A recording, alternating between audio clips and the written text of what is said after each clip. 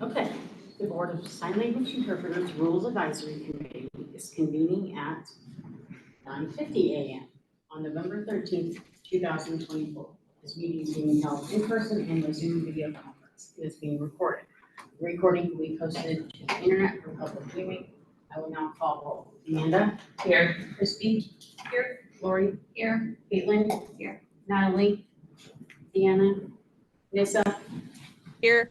I'm here too. Darcy?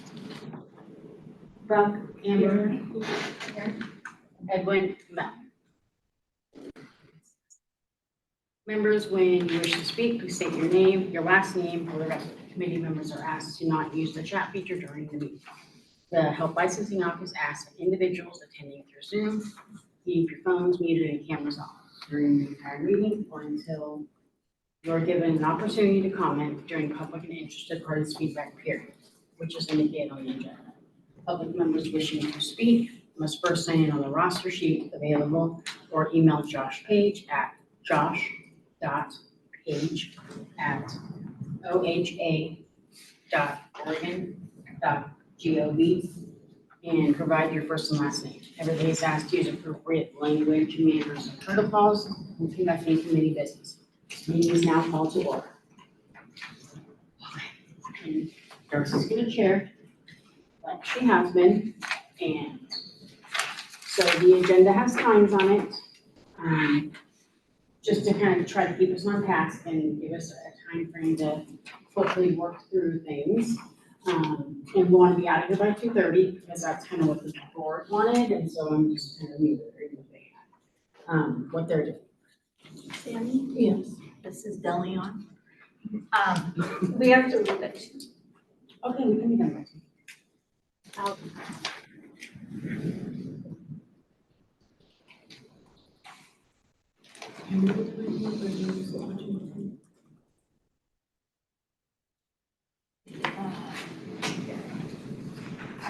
This is where I also have to leave early today. So I'm like, didn't realize everybody was. Two on there. Yeah. How many of you are together? Okay. So possibly 3 have to leave. Okay. Got it. The rule timeline is still fluid. I think today we're going to schedule some more meetings. We have one scheduled for January 16th. And then I would like to do it every 6 weeks instead of every 4. Just for me, it's easier to try to get through listening to recordings and getting with Heather and Bob, and so that would be helpful for me.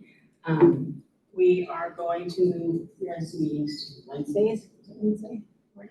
Yes, so you guys will stay Wednesdays, because that's when we can get 4 interpreters.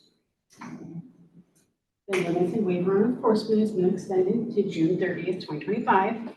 The problem is that the temporary rule that Department of Education has in place is going to expire in March 2025. And well, we had Georgianne on the phone. Georgianne said last week she was working on it with her rule coordinator, and I haven't heard back. So more to come on that. We'll keep you guys apprised. This is Lori. She may still be there. Yeah. She's in the meeting. Georgianne, did you want to speak to the rule for Department of Ed? Sure. We are still in, I have to meet with legal and we're still in process. We cannot do a second temporary rule. So that's why we needed it to be done by March. So now I have to go back and write a new rule. So I'm just working with legal and trying to figure out how we can best write that so this doesn't happen ever again. Because I'd like to not have to keep writing the rule over and over. Well, if you want to brainstorm, let me know. Thank you, Sammy. No problem. And now we're off topic time, extremely even though I've been times. So the first thing is to start looking at the generalist rule. Everybody got your information in advance, well in advance. Very thorough, very organized, and prepared. So I don't know if everybody had a chance to look at it. Oh, I wanted to make one other announcement. We have 3 board member openings on the board. 2 consumers who are deaf, and then 1 hearing aid. So it's not unusual for RAC members to apply to be on in those positions, so if you want to, let me know and I'll get you all the information. Or if you know somebody who you think might be interested, let me know. We'll get you all the information. Chrissy has taken over for Derek, and she was the one who recruited. And you guys met Josh and you guys met. Can you raise your hand again? I'm sorry, can you raise your hand again? And you've taken over for who? Derek? Derek. Okay, the general school. Did everybody have an opportunity to look at it? We're gonna go through it anyway. You can- What page are we on right now? We are on. It's page 30.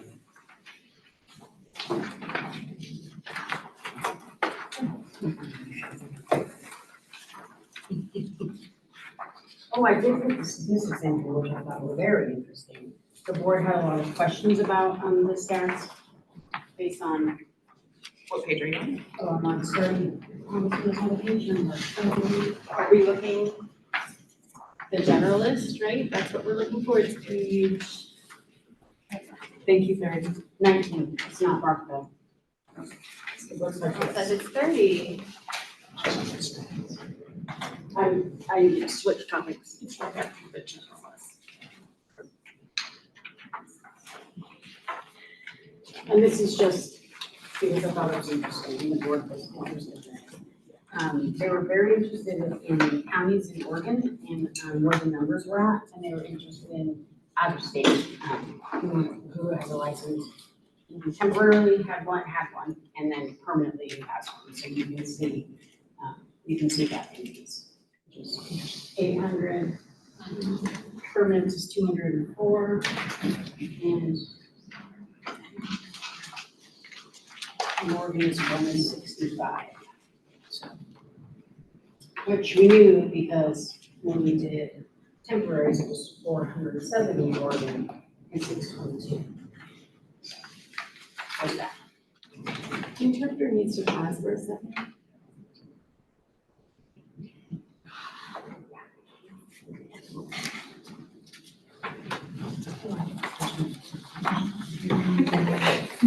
The interpreter couldn't see Darcy's hands, there were lots of obstacles. Caitlin, do you mind moving your name tag a little bit?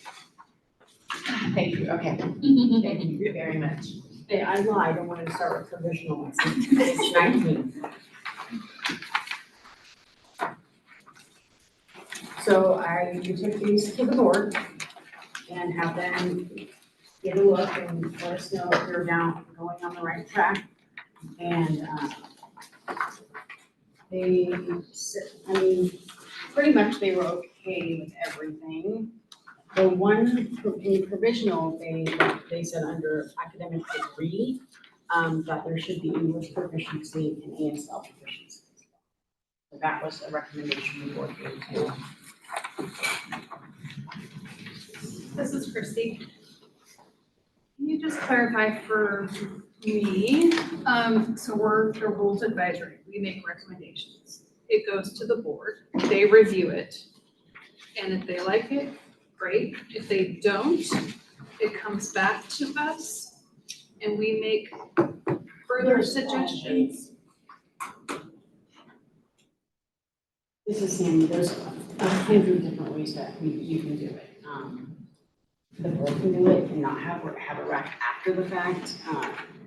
In this case, they wanted to see it. So usually, most of the time, it would be rack, recommendations to the board, change, leave, file. And it never goes back to the rack. But in this case, we have this opportunity to come back. Does that make sense? Back for this one. Can we take this moment to change interpreters?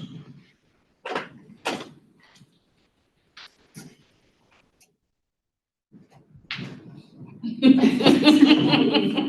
that's right. Go that way. I'll just. So everybody get a chance to order lunches. I forgot. Last minute, so I was like, I'll just bring There's it. still time until 10:15. I know that. Amanda? This is Amanda. Did they give a rationale? It was Mish who, this is Sammy, it was Mish who, brought it up. And, she said she teaches in higher ed and there, that is, just because they have an academic degree doesn't mean they're proficient. And then there was one other line under. So you guys can contemplate it or come up. This is Christy. Can I just restate? Her, wait, I'm sorry, can we have the name tags moved so the interpreter can see the name tags too? Thank you. Just so we can see the, no, I'm sorry, no, so we, I'm sorry. So she can, so they I'm can sorry, see it. Christy, Oh. Christy, yeah, I need to be able to see it. Thank you. So, Darcy says, Caitlin, go ahead. This is Caitlin speaking. So my understanding is the reason we put in a degree was part of the English proficiency, is we were mirroring spoken languages. That's not what. Okay. I'm sorry, Sammy, can you say that again? That I'm is- having a difficult time hearing you. Sorry, that's what the RAC decided, but that's not what the board, well, it wasn't all of the board members, it was Mish. And I said, I'll bring it back. And this is Christy again. So again, from my understanding, we make the recommendations, but essentially they have the board has the final say and can override or say, nope, we don't accept that recommendation. Got it. that is correct. Strike it. I'll strike it. I'm sorry, and again, Oh, these strike are it. Sorry. because you're facing that way, it's Okay. difficult to hear, so if you can speak up a little bit, it'd be nice, thank you. Strike it, or we can talk about a different time, or let's do it now so we get it. Do you guys have any Wait, rationales? sorry, I keep looking down, I'm trying to figure out and follow what your comments are. So right now, we're talking about, the proposal coming back from the board because, This is the recommendations, or is this excluded? They're trying to add it back? is that right? Am I following right? Yeah, they recommended adding, well, some of them recommended adding it back. So we're adding it, okay. Okay, thank you, that's clear now. Okay, so you were first, Christy? Christy, I think our rationale was that by having an academic degree reflects an English proficiency, and it would not need to be added. So I would say to continue to strike that out. I second that. Okay, go ahead, Amanda. This is Amanda, I third it. I stand by what we recommended.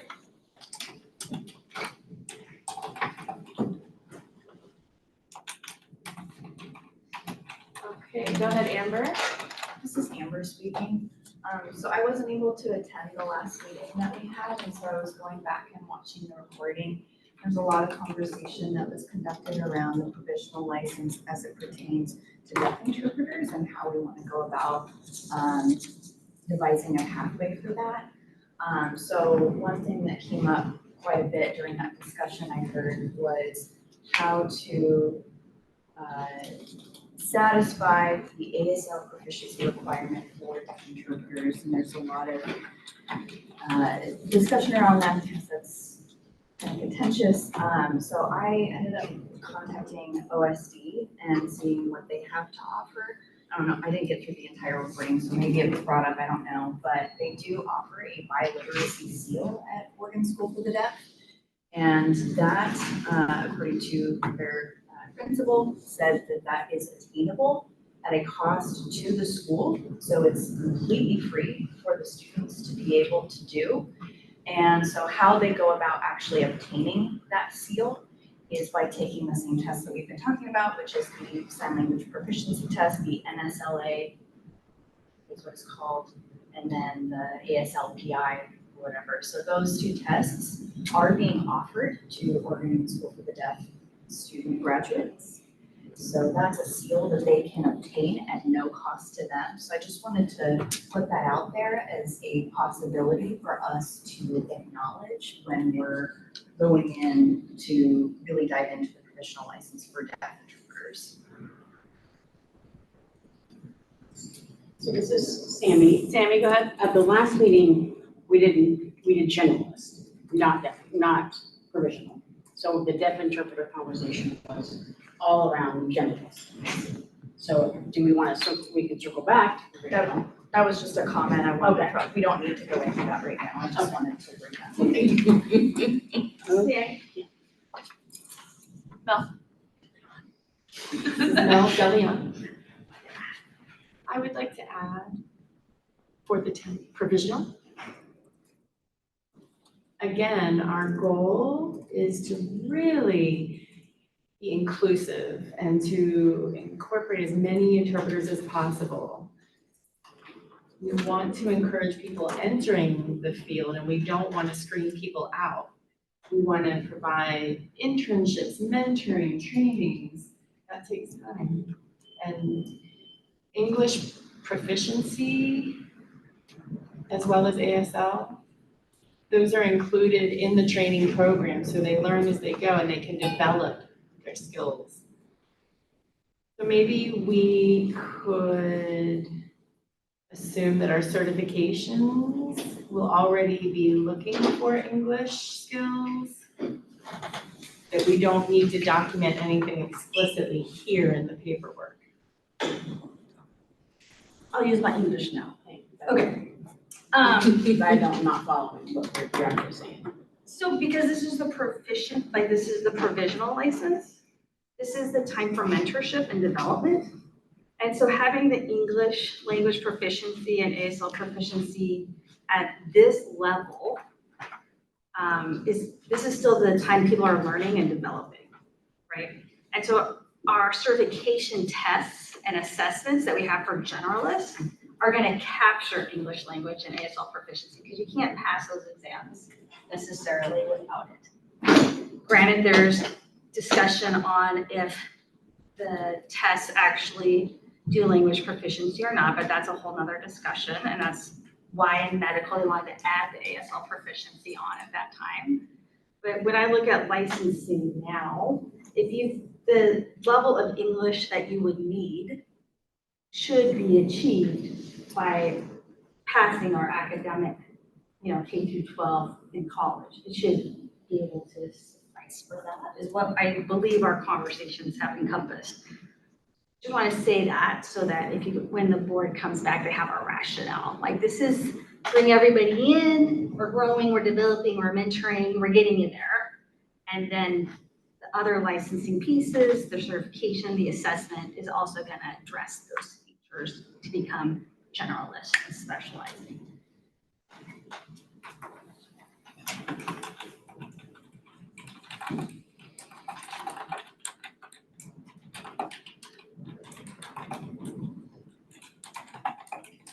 Who's next? Who has something to say?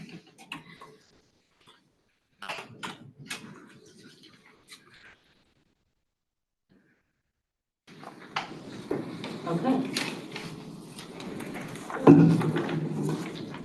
The next one, and it was a good point, is on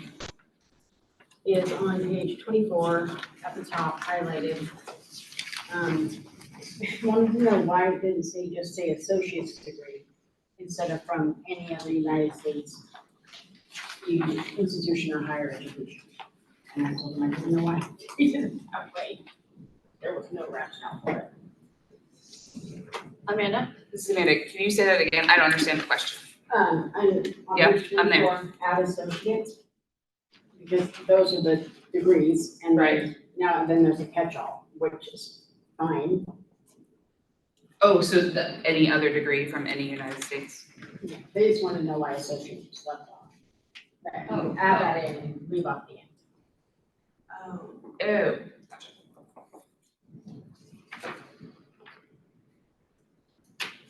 This is is Christie. I would say it's an appropriate addition.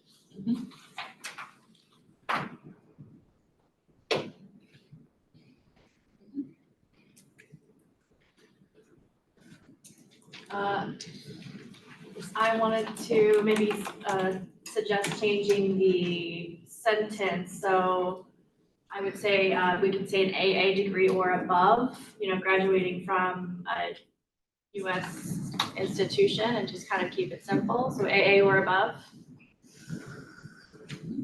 I second that, Suzanne.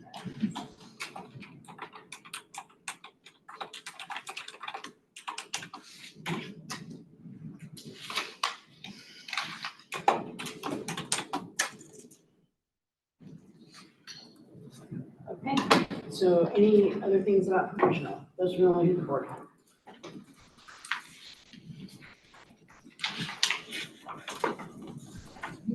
Yes. On Alright. supervision, they don't, Supervision, thank you. they only had one. Yeah, just adding that,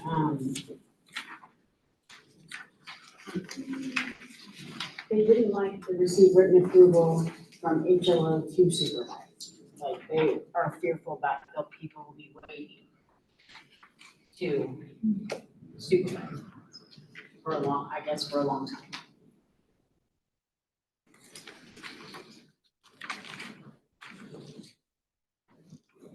And I added written approval may be obtained electronically, so it could be that. Amanda? So this is Amanda. What is the approval process? I mean, you all are saying you meet some check boxes, you're approved. So you'll get an email within, a reasonable amount of time because it's not like you're interviewing people or, anything, correct? Okay. That feels reasonable.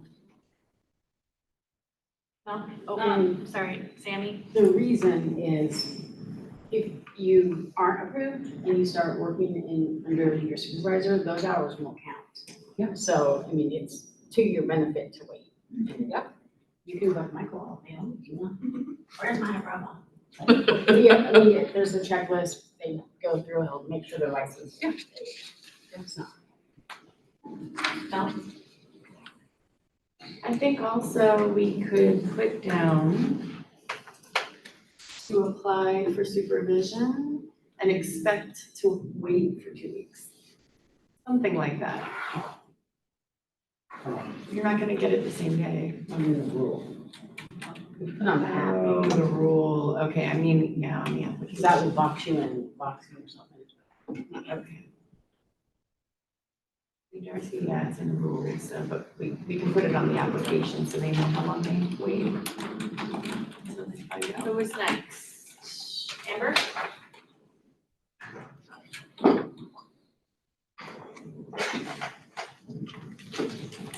No. So, is there any, do we just leave it like that?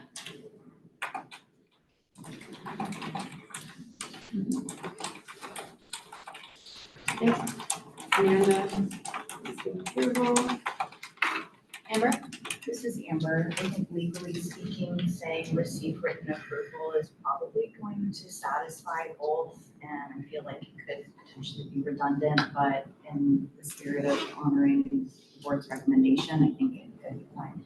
Please correct me if I'm wrong, Heather, but I think written is kind of, in the legal term, it can be either or, so it's kind of redundant. So this is Heather. It is redundant. It's okay, it doesn't conflict within itself, sure. It's more clear if that helps people's expectations. Right. But you're correct that written.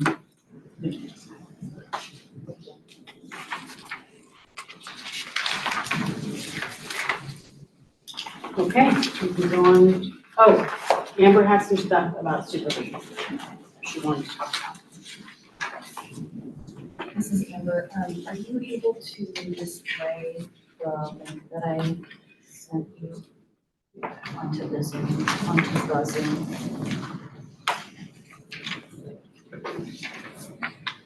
We're gonna take this opportunity to switch.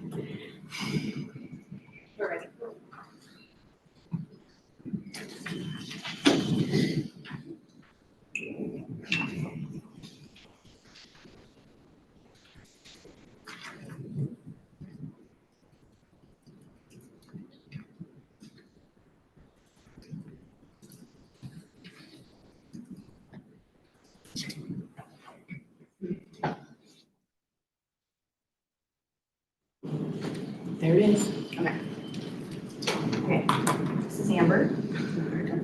We're having a hard time seeing the screen, so we're gonna work on that for a second because it's difficult for people in the room to see. Can zoom in? Who brought it up, Sammy or you? Should be a toggle button at the bottom right.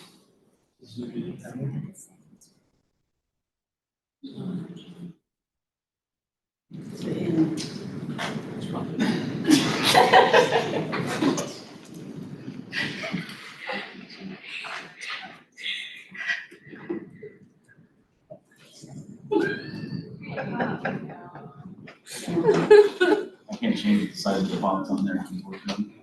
Use it and zoom in. This is Amber. I will also go over the results as well and clarify what you're seeing. Okay, so yes, this is Amber. I have anxiety, so I wrote out what I wanted to say.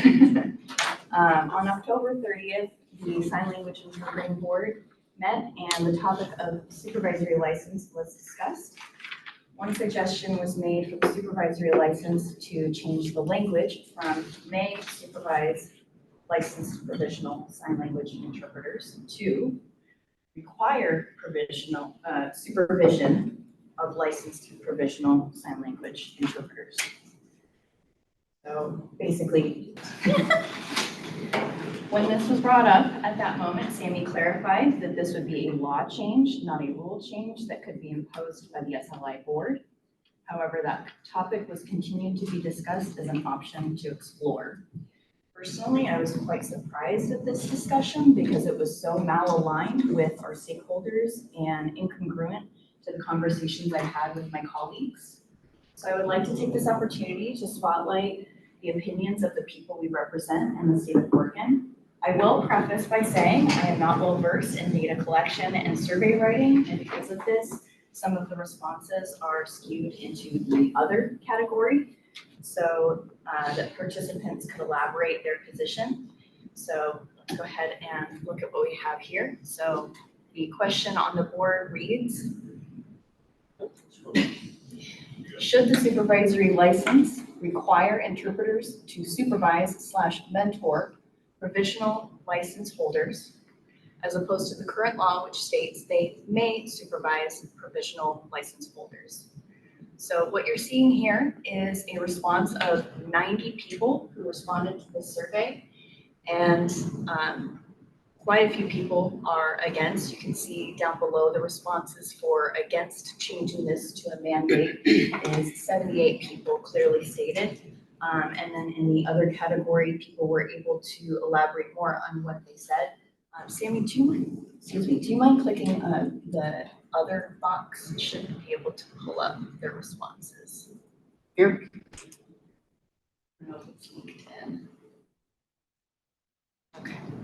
Well, I have some of their comments in my head, but basically a lot of them said, you know, maybe we should include an incentive. Many of them also said, you know, I didn't understand the question, but no, I am against making this change. There were other suggestions of, you know, modifying it to making sure that the generalist license was. You never finish. It's okay. Serious, Amy. Serious. Sorry. Okay. The other suggestion was to extend the generalist license so that it has a unlimited amount of renewals, so that the supervisory license can be a supervisory license and have that mandate. So just wanted to acknowledge that this is what our interpreters in the state of Oregon are feeling towards this. Along the journey of this committee and the board that we've had this year, we're showing up, we're having hard conversations and doing the best that we can to pioneer how we want to see the interpreting profession to be governed, all with the goal of enhancing access and quality to American Sign Language interpreting for the deaf community. In our haste to officiate these rules under an unattainable deadline that has once again been extended to June, I think somewhere along the line we stopped listening to what the community feels is best for the state. Sometimes public comment is not being included, emails are not getting responded to, and people are continuously feeling like they are left out of this process. So such is the reason for this survey, to show not only my own opposition to this recommendation, but the 80 out of 89 people who vehemently disagreed with the recommendation that was discussed during the board meeting. To further this point, I would like to read the testimony given by Jean Miller, a nationally certified interpreter with decades of experience and a mentor herself. She has kindly permitted me to read this testimony to the committee. When originally discussed, there were options for the type of services considered to be supervisory in nature. Not everyone wants to, or is qualified, or has the skills and knowledge to do one-on-one mentoring, or is in the circumstance to prevent you, some may be in the circumstance that prevent you from doing that, but you might be able to serve in other capacities that is still growing, fostering, encouraging interpreters to improve and stay lifelong learners. This can be done through board service, committee service, teaching, workshops, writing curriculum, etc., and involving in establishing discussion forums, writing articles, or doing research that will be shared within our field. In my humble opinion, if we restrict to must mentor in most formal of ways, I probably will not apply for a supervisory license, but also the generalist license has a time limit on the number of renewals. So basically, we would be forcing everyone to be a one-on-one mentor at some point in their careers. I can honestly tell you that a lot of what I learned to do as a mentor was from some terrible experiences with mentors who had no desire to be in that position in the first place. My first example was the interpreter who in my first day of internship said, "I hate interpreting. I can't wait to leave at the end of the school year. I took on an intern so you could do all the work." I never received any feedback from this person, and 35 years later, I remember it clear as day. We have to prioritize what the community wants. And we have to continue to talk to them in every step of the way. And I know that we feel like we're in this hurry, but I want to make sure that we all do this right. And I know that everybody does. I know that. But when this came up, it was just a sign to me that we needed to refocus, re-see what we're trying to do here. And I know the people who are sitting here today, they understand that. But I wanted the public to hear that, and I wanted that to be on public record, that we need to see this in that way when it comes to supervisory, especially. I feel very strongly about that, and there's not enough training for people to become mentors and be in that position. And I would hate to see the continuous trauma that has happened in our field being perpetuated without proper training and skills and motivation. So thank you for your time. I really appreciate it. And I do want to thank everybody who is online today, who participated in this survey. Your numbers were very helpful. Thank you. I have a comment. This is Darcy. Kind of in regard to the survey, I am against changing the language. I would like to keep it that the language may, but also there's educator programs that work with lots of interpreters who are willing to mentor our intern students. Some are really motivated and want to, and then maybe realize, oh, this wasn't a good fit. I understand that now. So maybe they look for different avenues to mentor students, different approaches. You know, some are really good with ethics and having those discussions, and they're not really maybe that great with the actual hands-up feedback. So, but, you know, looking at all the different ethics and all the different points of view, they can be really skilled with that. So sometimes people, even if they're motivated to mentor, they maybe need time to find their niche in how they are mentoring. And is the interpreter caught up? I'm the interpreter. I wasn't copy signing. That's my bad. I'm so sorry. Do you want me to start again? I'm really sorry. Okay, okay, no, I can do it again. I just want to make sure that we're clear. So I was saying, where was I? Okay. So Amber, thank you for doing that survey. That is helpful, I think, for all of us to kind of see those numbers. I am in support of keeping the language as a may and not requiring the supervision. So the reason why I said, I teach in an interpreting program, and there are lots of interpreters who mentor our interns. You know, we have lots of placements, you know, and we've had them for many years.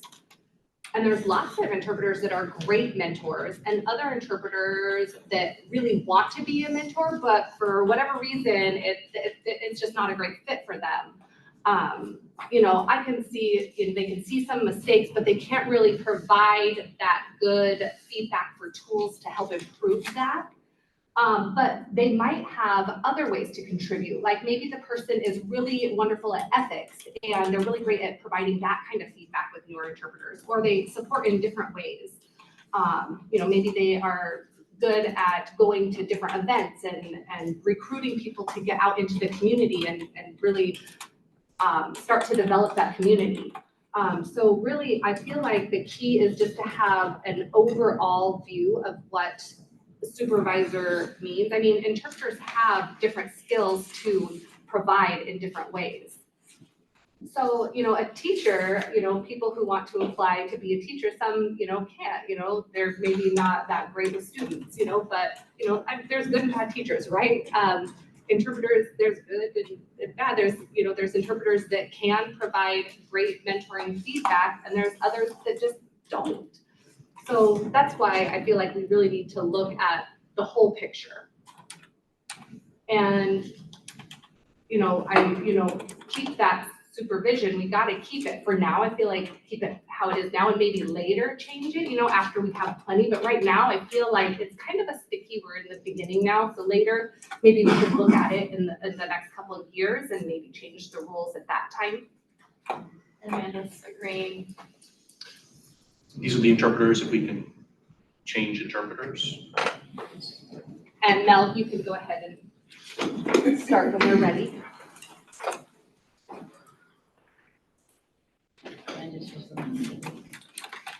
This is Delion. I had thought some of our conversation had lent itself to talking more about supervision, following the track of more like counselors or people who pay for supervision at a higher level.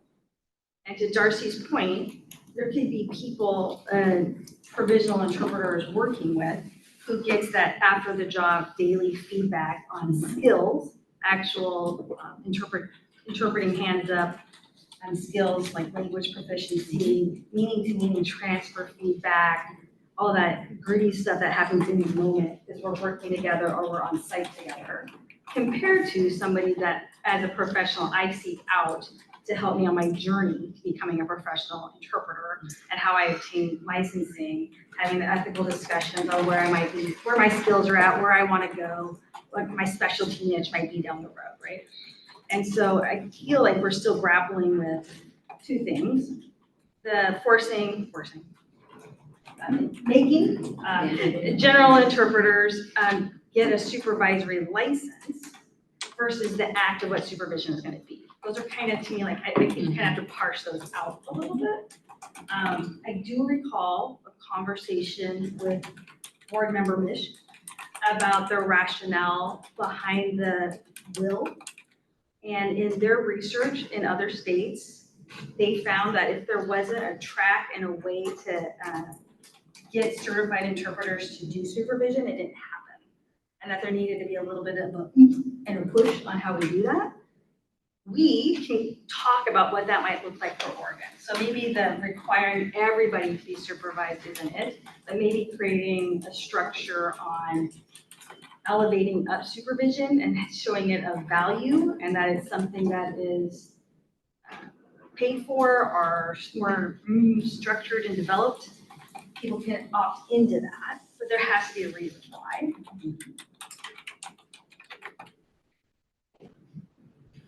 That is all the delegates are saying.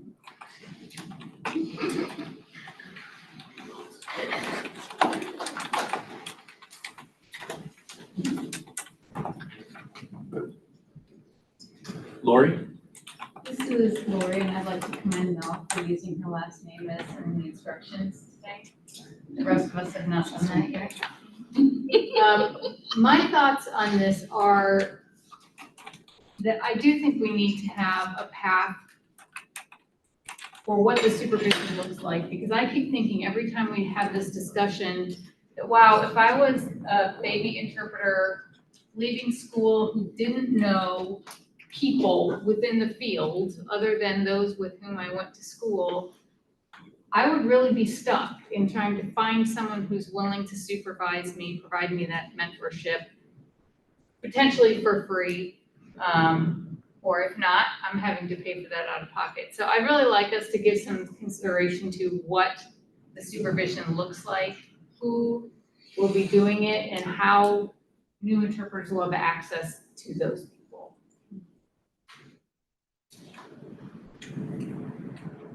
Amber? This is Amber speaking. I completely understand the need for more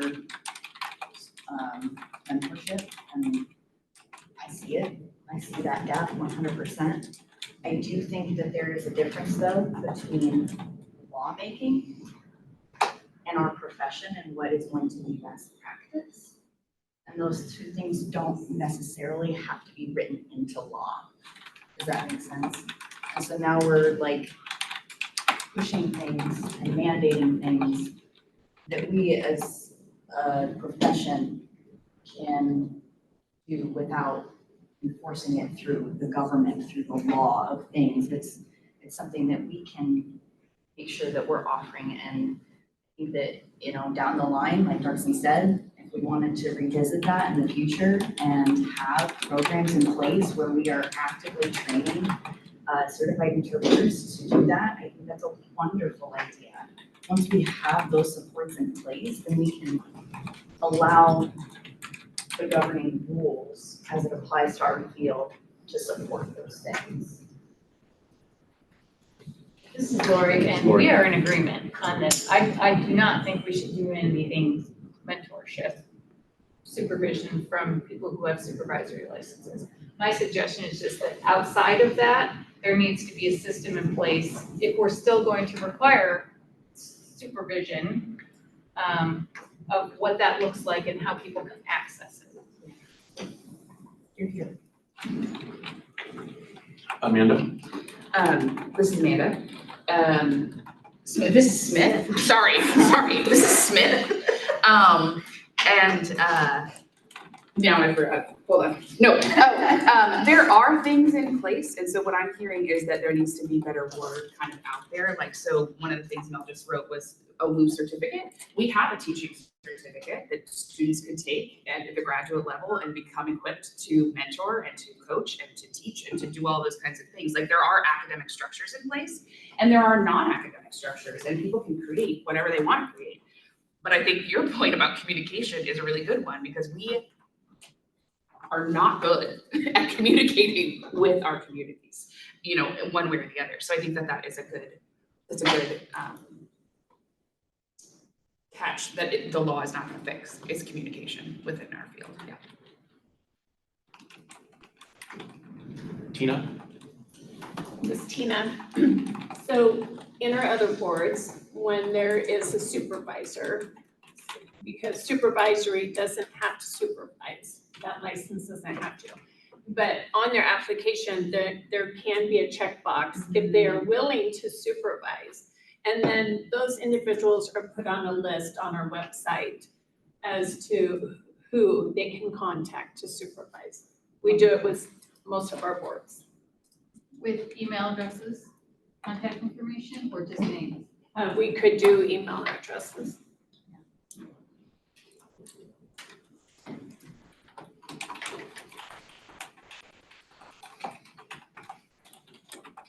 Darcy, maybe we can table that discussion and I can mention one thought I've had regarding supervisory.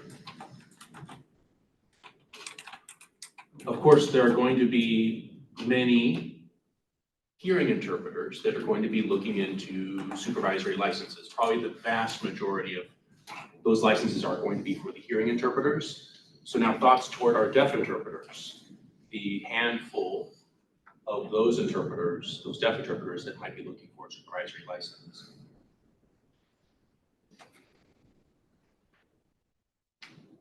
In discussions with a few others, they've noted that the number of deaf interpreters is so small right now, and we really do need to increase those numbers. So trying to find, so from our small pool of deaf interpreters, trying to find those that also are willing to mentor and support new interpreters is an even smaller group. The provisionals that are looking for, perhaps looking for a supervisor that can help them in language-specific needs, ASL maybe, specific needs, would benefit greatly from having a deaf interpreter mentor, supervisor. But there's so few that we might end up mandating that the one, perhaps let's say one deaf interpreter that ends up with a supervisory license is overwhelmed by the amount of need in the hearing interpreter community for that supervising, for that mentoring, for that growth. So we do need to think about the growth of our deaf interpreter pool that would be able to handle the need and the demand for supervision in the hearing interpreting field. Because right now there are so very few of us. There are some that are perhaps certified, but they're not active interpreters. So again, I encourage a wider angle lens to get a more holistic view of, a more holistic and realistic view of where we stand right now and where we want to be.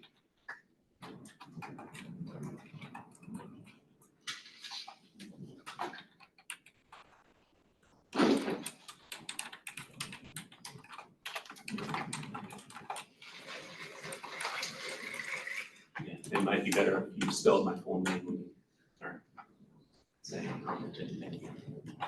Okay.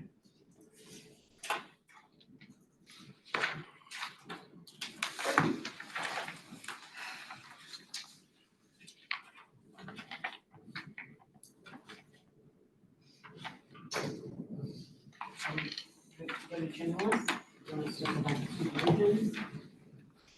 Circle back to supervision. Could you say that again? Do you want to move to generalist or circle back to supervision? This is Christy. Yes, Christy. I feel like maybe we are in agreement that we would keep the language as may, not require. And with that, have we finished supervisory? Or are you saying the conversation around what Lori was bringing up in regards to outlining what that looks like, the role and the duties of a supervisor? Do you want to go back into that again? I'm just trying to figure out what we're going back for. I'm I not don't, clear. I want to make sure that you guys have what you need and that we've done due diligence on that. And we couldn't change it to must, even if we wanted to. It's in the law. I mean, Heather would do this.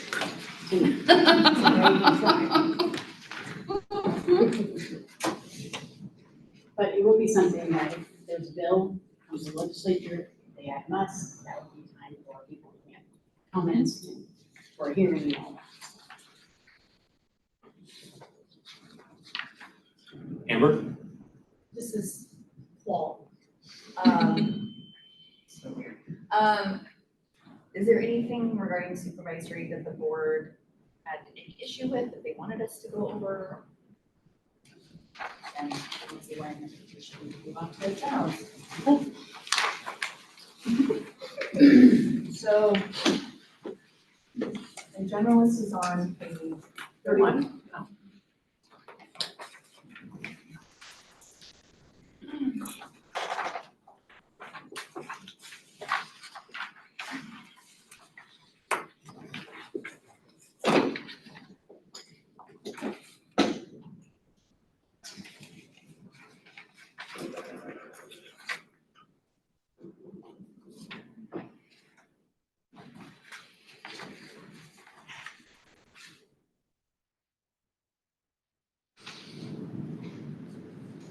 Sammy? So this is Sammy. This is what I got out of the meeting. However, this is the first stab at it, so I could have got many things incorrect. That's your guys' job to say, that's wrong. You did not do that right. I do have questions because I was unsure on where we were going. So I think we just start from the top on page 31, and this tells you who the generalist licensee is, and how long they renew, how long they're licensed, when they renew, and how many times they can. What segments they can. Well, this one didn't really change from what we had now.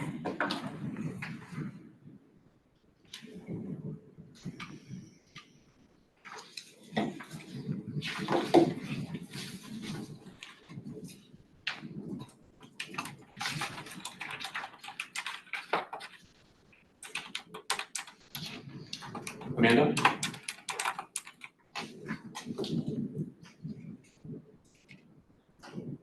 So this is Amanda. I'm good with the first paragraph part, but back when I get to pathway 1, I'm curious if we want to maybe change and make this more open, let's say. So for example, RID recognized certifications, BEI recognized certifications, because we don't know if, there's gonna be changes down the road. Maybe in the future, they're gonna change the name, BEI maybe not, but, instead of listing them all out, why not just say RID recognized certifications? BEI recognized certifications. Darcy, for which section, this section? Okay. Yeah, for all of them. Yes, and Caitlin? So, this is Caitlin speaking. The only thing that I would disagree with is because BEI has levels that we're following. So for several. Oh. RID stuff. They have, yeah, but BEI, they've got the levels.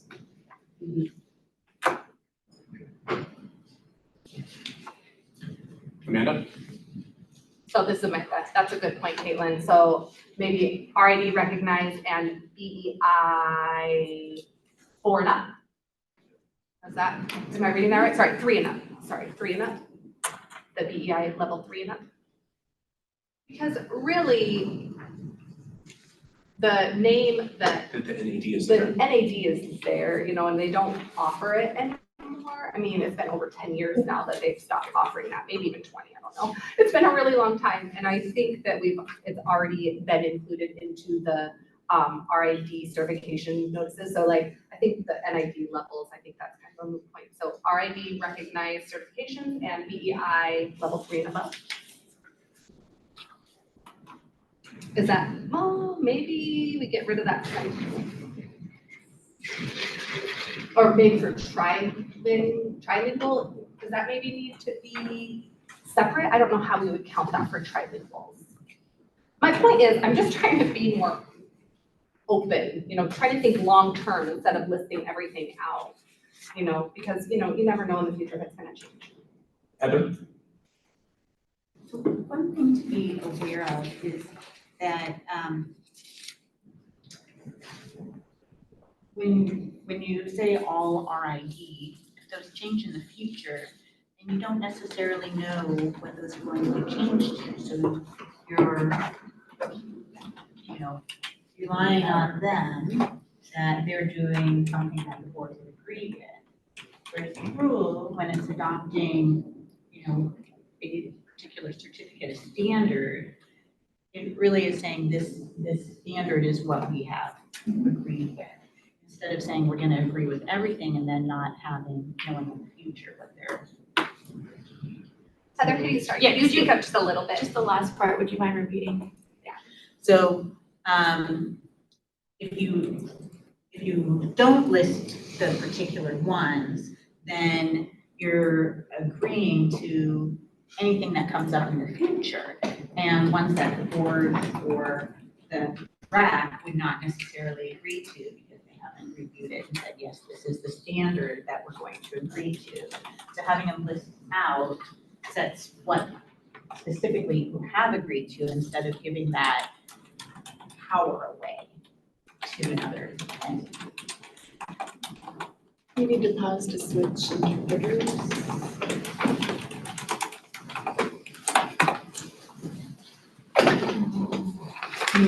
So this is Smith, this is Amanda. Excellent point. Here's a question. RID has historically changed the name of the credentialing pretty frequently. In which case, new people would never qualify until we change the rules again. So how often do you, like every time they change the name, we would go through the rules advisory committee process again to change the rules, to do the thing, to, right? So like how, I'm hoping that they've gotten to the point where they're gonna be kind of standard, but I don't, did you hear that? Like, we don't have a lot of hope in that. So what is a solution for that? Because I hear what you're saying, and also we're gonna disqualify a lot of people every time we change the name. This is Mel, I'll just add. Mel? In the work with the judicial department too, we put it in statute that we had to have a certain specialty license legal. And now we're down the river with no paddle. Because that test is no longer offered and sunsetted, and we've had to do workarounds because this national organization does add new certifications. That's true. Sunsets some, but does still recognize them because they are valid for the holders who had it, but they no longer offer them, so I'm 50, I'm gonna die out apparently, so they're worried. So to the point is like, I agree that we need to trust the national body that what their floor is to become a nationally certified interpreter is entry level for us as well. And that when you add a specialty license, those avenues are there as well. But when we tie in every certification, it becomes problematic, very much so. Yes, Heather, focus on. What if you added in for a subsequent certificate that meets the same standard? And so that way you're saying, we approve of the RID certified deaf interpreter certificate for a subsequent RID certificate that meets that same standard.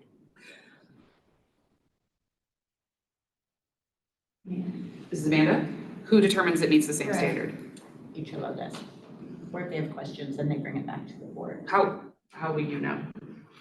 They look at the qualifications, like what, whether the test, whether the, what went into meeting that certificate, and whether what goes into meeting that new certificate is the same.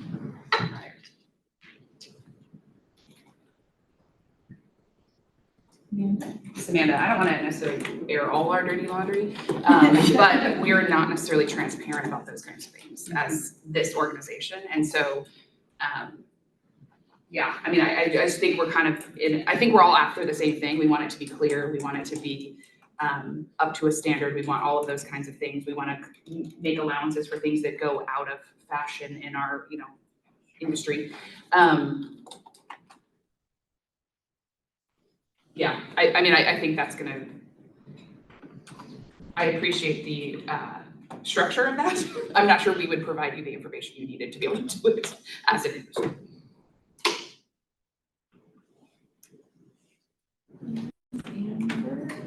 This is Amber Paul. Is there a way we could phrase it to where it's the Goldilocks version of that, where it is a succinct list, maybe, I don't know, maybe not a list, but something along those lines, and then forecasting for change and putting in something that equips the board with the power to like accept future certifications that may arise, like, and any other certifications as the board sees fit, like allowing that kind of language to be put in. I'm not sure, lawmaking is not my forte, but I feel like that maybe something along those lines of like, and just empowering the board to just make that decision. Just to kind of add to Amanda's comment. The interpreting field doesn't know what decides if we pass the certification or not. That's not, we don't know the rubric that has changed, that depends on the assessor, that depends on the time of day that they're being assessed. There are so many things that are involved that it's a little sticky to predict that any past tests meet the same standards as current tests, will meet the same standards as future tests. No. And this is our nationally certifying body. Right. And they do now, especially since the testing has gone under CASLI, have standardization, metrics, and measures like who we have been and who we are moving forward is growing. As we know more, we do better.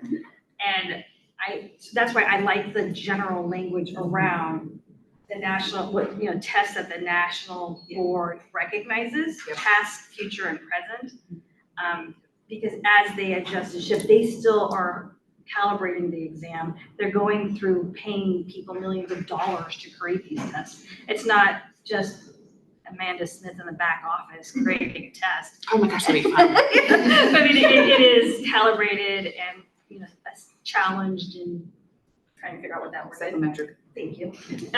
So I do have faith in that piece. Amanda? This is Amanda, and faith aside, we are going to defer to the national body. Yeah. So I have issues with a lot of the tests that are listed here, psychometrically speaking, or not, as the case may be. But we are going to defer to our national body for the foreseeable future. You defer to me. So yeah, how does that help you, Heather?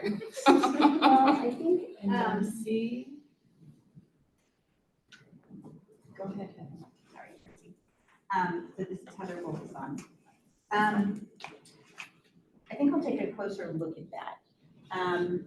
There is a general principle that with rulemaking that you can't delegate away your authority. And so in certain instances, when you're adopting a particular standard, you can only adopt the standard that's in place at the time. You can't adopt future standards. So I think that if this is the way, or if you're interested in having it be adopting all of the RID certificates, then we'll take a look at that.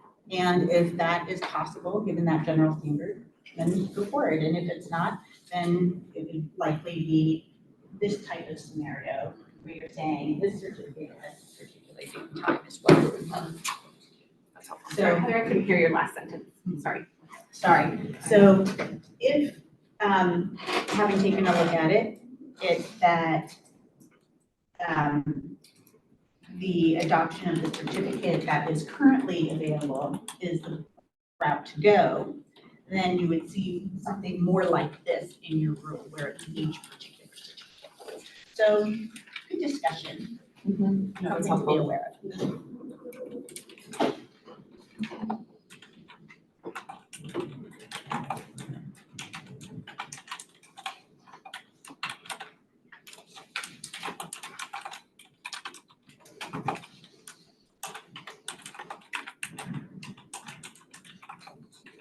Okay, Darcy, I'm thinking, but this is Darcy, I'm trying to understand, okay, again, Darcy speaking.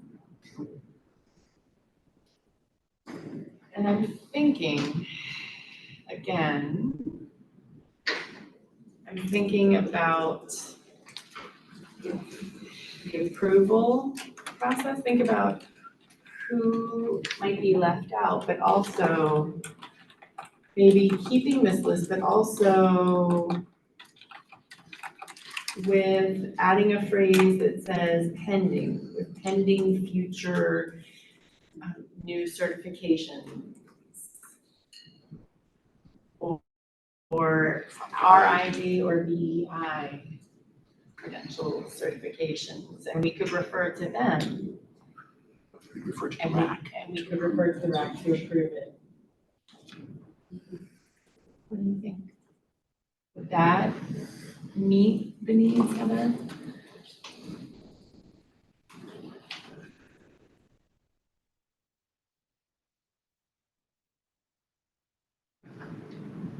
So this is Heather Olson, and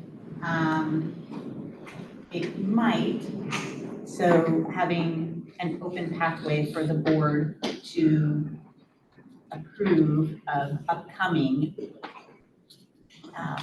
certificates. And we could look at having that as a pathway, and whether there needs to be criteria for the board to consider, or whether there's enough just general information from the rule, we could look at that.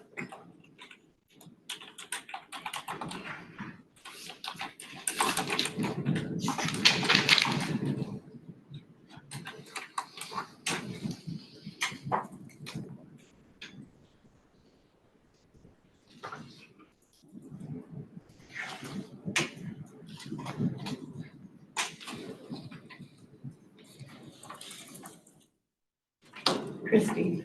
This is Christy Karsten. I just have a logistical question.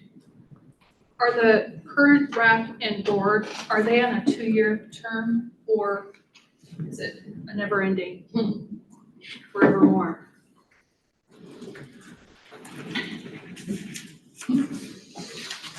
Sammy?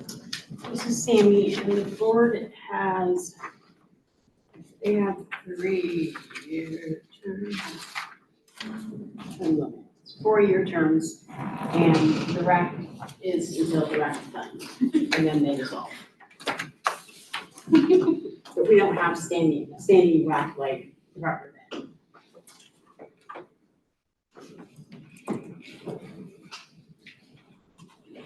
Amanda. This is Amanda. So am I correct that we serve at the pleasure of the board essentially? So even if we wanted to say, we want to make our recommendations in a chunk and then be done, we can't do that because they want to go back and forth? Like, do we get to say, like, we want to go through all the rules and make our recommendation? We can do that? It's not up to the board to, I mean, it's really the, See how we do what the HLO can do. Not necessarily the board, I mean, you guys can meet, but HLO can't get what you have done. You would never get to the board. You know what I'm saying? well, I was saying more like you had said typically what happens is a RAC convenes, not just once, but for however long it takes for the RAC to meet, to make recommendations about the rules, and then it gets passed off to a board. And then the RAC is dissolved, the board takes it and does whatever. But you said that this one is kind of being handled piecemeal, going back and forth from the board to the RAC to the board to the RAC. I don't intend on taking it back to the board. Okay. Because it's not that easy. Yeah, okay. We're just gonna keep going. Okay. And then they can make the decision. So we're gonna function that way. That's my plan. I like it. Going forward. One moment for the interpreters to switch. Darcy does have a question. Can a person be on both the RAC and the board? Can they serve on both?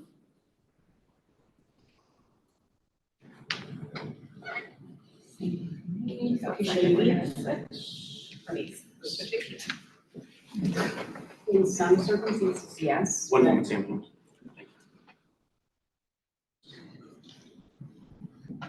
Okay. Thank you. So in Sammy? some circumstances, yes, for the board of electrology and water hair practitioners, they can have their board members be on RACs. But we have to look at the assignment law and make sure that they're on. I think it does. But I'm not really, so I can definitely. Thank you.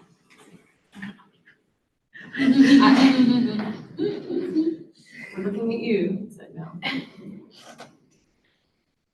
Heather?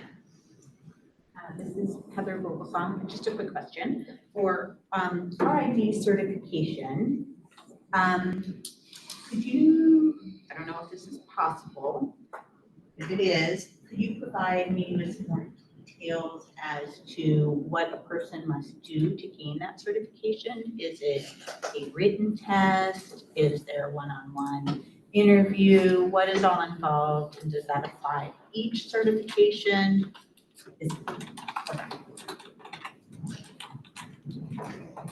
Anyone? Caitlin? Wait, Heather, are you ready? Okay. So the most recent and current iteration of the test, you have to pass the knowledge exam, which is signed and then has English answers that you select. And then you have to do a performance exam, which is essentially interpreting little snippets. You do have to have a bachelor's degree or equivalent. So that can include other education, a bunch of credits that don't make up a bachelor's degree or work experience. And that is the long test as it stands now. Amanda? I'll just add, you didn't ask about BEI, but just in the spirit of these tests, the BEI also has a basic English proficiency test that they require before you take a written component, and then a performance component, which is actually providing interpreting, for vignettes, as was mentioned. I think they all kind of have that format of a knowledge kind of written component, whether static component, maybe is a better way to say that, and then a performance component that you actually are providing interpreting services.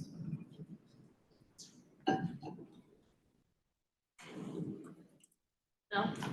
If you go to the website, www.rid.org,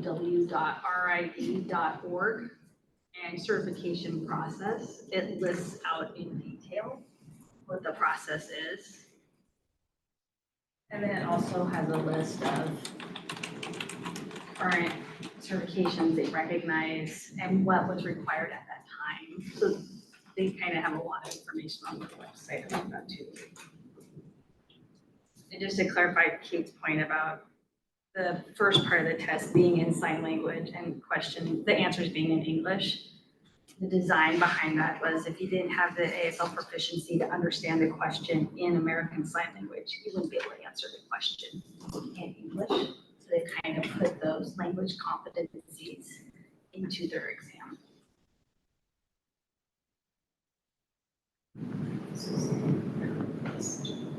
That was previously offered, but now they've approved all of these. This is Heather Wilson, and my understanding correctly that it is test-based, exam-based for both qualifications, the knowledge exam, the performance exam, and then the separate requirement to have a particular degree. This is DeLeon. There is alternative pathways to recognize the disparities of requiring a bachelor's degree and the educational privilege that goes with that. So there is a format to put in years of training, workshops, so forth. But you still have to address a lot of competencies in that work. It's actually probably more work than a bachelor's degree. Yeah, yeah. So there is an alternative pathways route. And if you look at how do you become certified on the website, it kind of lays that out as well. Caitlin? This is Caitlin speaking, which I did send to Sammy pretty early on in our RAC meeting process. I don't remember why, but we were talking about different, alternate pathway options.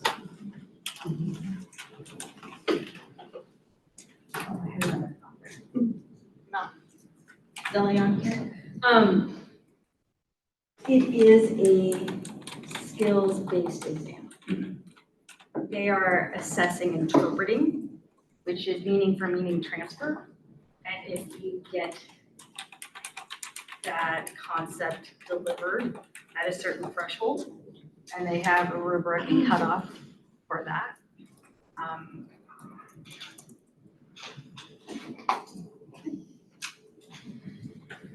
Amanda? Amanda, it is skills-based. however standardized, right? Like they're not watching you practice with actual people. It's a video. And you're interpreting to a video for an arbitrary kind of, not arbitrary, that's the wrong word. Standard kind of, like a standard patient kind of idea, right? As opposed to some of the other things where like, I don't know, I think massage therapists, they actually like do a massage on an actual person and are evaluated while they're doing that, I think. I made that up a little bit, but I think that's what happens for massage. Practical. Practical, thank you, yes. It's not a practical exam in that sense. This is Heather Heather. Volson. And so it sounds like behind the RID certificate, it's the passage of the exam, which would be important to track, not necessarily whether the person holds the degree. Correct. Thank you.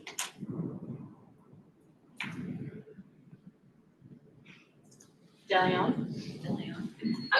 I will say that my NAB4 certification Yes, was in back front in of the live 1900s, people. right, yeah. With a dinosaur's walk there.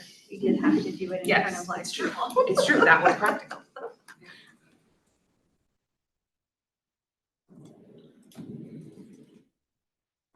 This is Darcy. I want to double check. I was looking at something we might need. Maybe we should look at the RID list because I want to make sure that for hearing interpreters, there's that certification on page 33.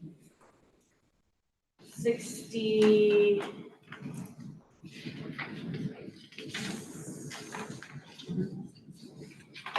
So the generalist exam plus the CASLI and the performance exam applies to hearing interpreters, but for deaf interpreters, And this is 60. it seems like there's different wording here. How can we check online? I think that's different.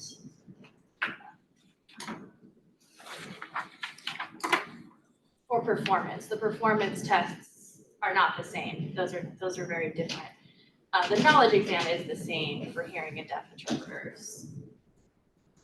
But the performance exams have different names, I think. So maybe we should double check that and just make sure that that's added and is correct. Whoever was, Caitlin? This is Caitlin. I did also have a little bit of confusion because if you pass the generalist knowledge exam and the generalist performance exam, then you're certified. So it shouldn't be under this. Yeah. You guys can listen back to the recording and that's what you said. I believe But that's why you're looking at it again. So we can move it around, change it, delete it. You just tell me what you think. So this is Amanda speaking, Amanda Smith. I I'm would sorry, propose that. one moment, please. Oh, Yeah, for vision. Yeah. Okay, thank you. okay, this is Amanda Smith.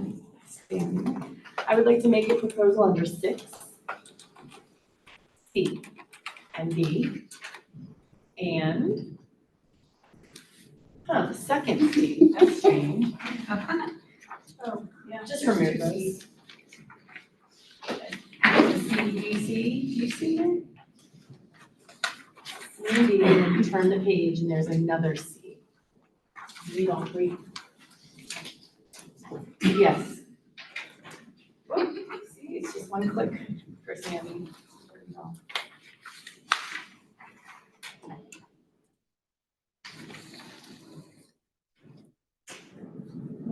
Mel is saying, do we want to delete this or keep this, pointing to something on the paper?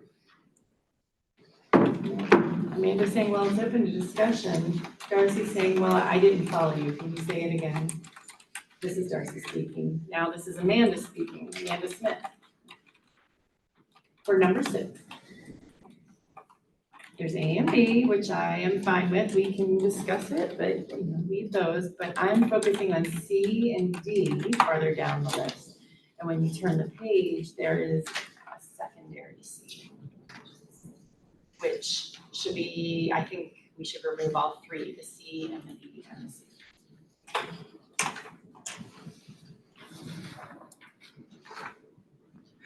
Yeah, do you want me to explain my reasoning? Yes. Amanda's saying, well, the first C, the ASLPI, it's not accepted for, it's a standalone. It's not a license by itself. So we could discuss that, but also D, like Caitlin was mentioning, why have that certification listed twice? If it says you passed the knowledge exam and the performance, that means you're already certified. So we don't even need it in this section. And C, which is on the next page, really, it's just wrong. You can't take the generalist performance. You have to take the knowledge plus the performance and then become certified. So I feel that, in my opinion, we can discuss the first C, but definitely the D and the second C should be removed. Good? Amy? Good.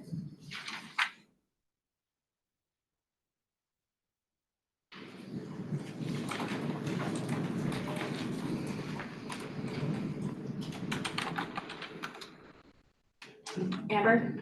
So I want to clarify, so you're saying keep the third C, or what? No, Amanda's saying remove all of C. The first C, the D, and the second C, I propose removing all of them. Because, well, Amber, interpreter missed, but the Amanda's saying the ASLPI. Right, says Amber. Yeah, that's not enough qualification to be licensed, so get rid of that one. And then D, if we've already met those standards, then you're certified, so it doesn't need to be listed again, and then. But if you get rid of all of them, that means where will we put the ASLPI? Where would that go? The CDI, excuse me, CDI. Did I misunderstand you, Amanda, saying? I think it's in number 5. If you look previous to that, number 5. Oh, wait. Got it.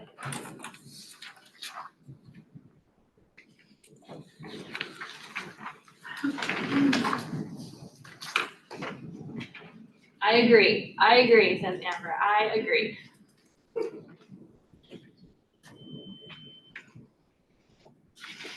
Wait, I wanna look at the third page again and compare, because the second and the third, I'm just looking here. This is Darcy speaking.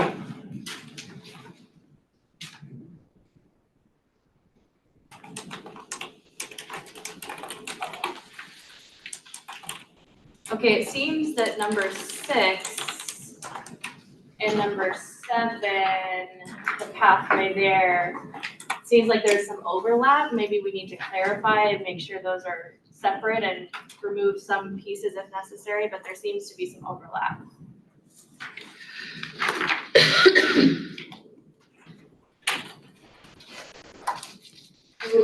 Delion? Amy, did you have your hand up first? So I think, thank you, Amber, Paul, for, if we are keeping the generalist pathway, a pathway under generalist licensure for deaf interpreters who become a generalist but haven't passed the RID Cosley exam, if that is what pathway 2 or 3 is for, I want to make sure we're keeping all of that work we've talked about there. This is saying it's pathway 3. So pathway 2, what was the intent behind pathway 2? Was that just for EIPA? Here, I'd like to second that question. Okay, I just want to make sure like I'm not missing something here. Because I don't want to delete it if that was the intent behind it. That's what we get from the interpreters.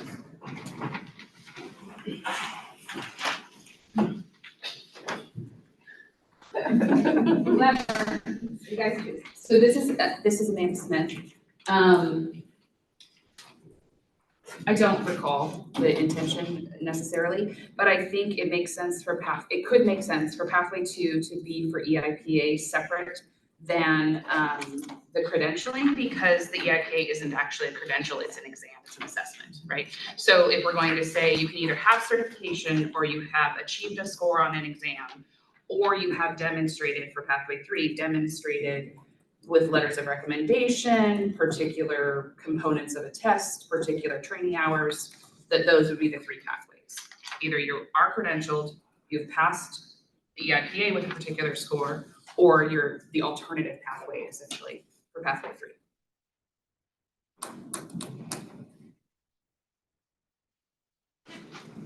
Oh, sorry, Caitlin, you go first, sorry. In that case, I would recommend striking having passed the CASLIC performance examination from pathway 3. From pathway 3. Just the first little C in pathway 3. Because again, Oh, it does say performance, you're right, okay. And knowledge. Maybe said knowledge. Oh. And knowledge or just performance. yeah, I agree.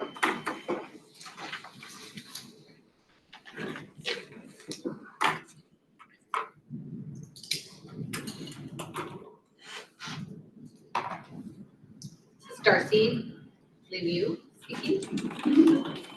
So number 7, I will close that. So number 7, sorry, let me back up a little bit to number 6. We need to keep the ASLPI. And the reason that we had discussed was because of it's another pathway for a deaf interpreter. That was part of our discussion previously. Amanda? So this is Amanda. The ASLPI only, how does that show qualification to be a deaf interpreter? The ASLPI alone as one score, I mean, it's great to have that score, but it doesn't show that you're qualified. That's something separate. So then how can we, again, we discussed previously looking at the provisional interpreters and, there's DRs already have experience interpreting, but that's only where they're gonna be. So where can we get them put in? In this generalist, great. So if we can involve them in the generalist, how do we get them in? I'm trying to think. Amanda says pathway 3, I think, but I'm open to discussion.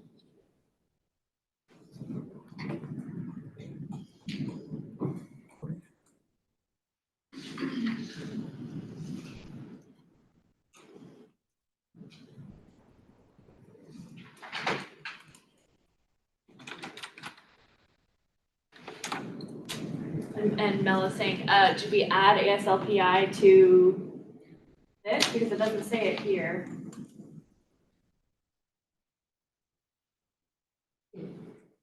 This is Darcy, I'm still thinking. Go ahead, Amanda. This is Amanda. If we follow the logic of the knowledge exam itself, including ASL and English, and we require that for pathway 3, that means that you're already checking those off, but the requirements, it doesn't say.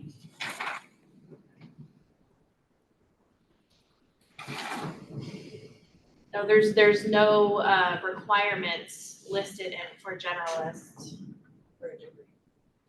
for a degree. So that means how would you show English and ASL through the knowledge exam? That's my question.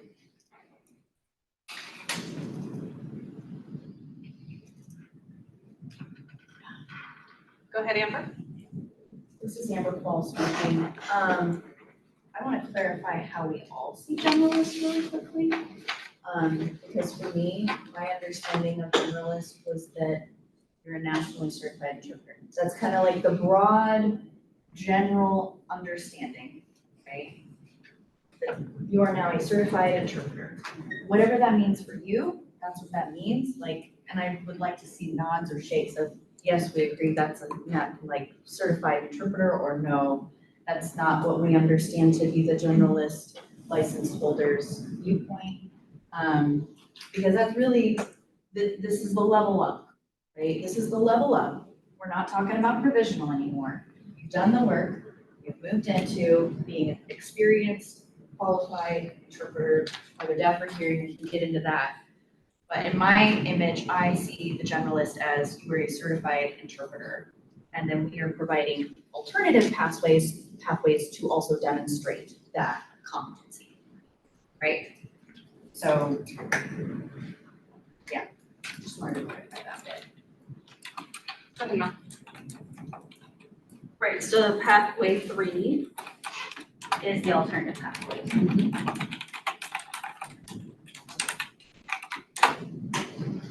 Okay, on a separate note, I would like to look at 7 pathway 3 for capital B. I'm gonna pause for people to look.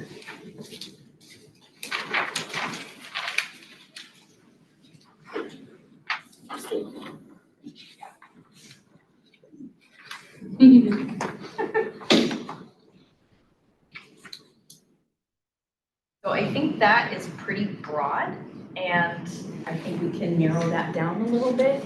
So just for people online who don't have this document, it says that the person in pathway 3 will get letters of recommendation, must be from each of the following. And first one is a board-approved sign language interpreter agency. B states a person who possesses the qualification and skills in sign language interpreting. So we're kind of broad, I feel like there. Like, what does that mean? I feel like we should define that a little bit clearer.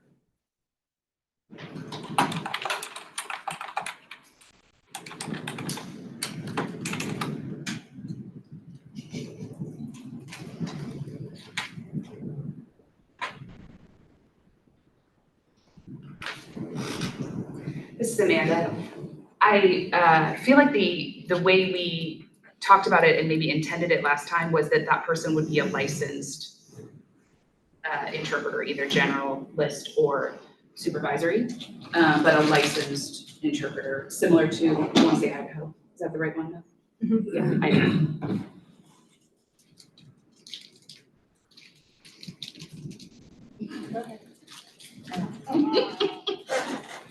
Yet again, I feel like we're trying to put a pathway for deaf interpreters into our hearing boxes. And then I am thinking of, like, I would still like to say, I would like a specialty license that is for deaf interpreters, that is fleshed out, and it is culturally responsive and reflects their lived experiences and what they bring to the field. This pathway, if it's open to both hearing and deaf interpreters, I'm now recognizing I have a little bit of pause about that for some of the things that we're requiring, because it says all of the following. Yeah. So for deaf interpreters to be able to fit into this box, meet all of these requirements, it might not.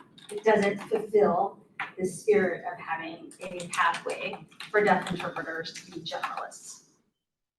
I can point that out by the 10 years of sign language experience, the hand, like hands up time, some of these other little pieces in here. So again, if we could create that pathway, I think we would save ourselves a lot of work by just having the specialty license for deaf interpreters, and then just focus on this one for our hearing interpreters. That's how we might go.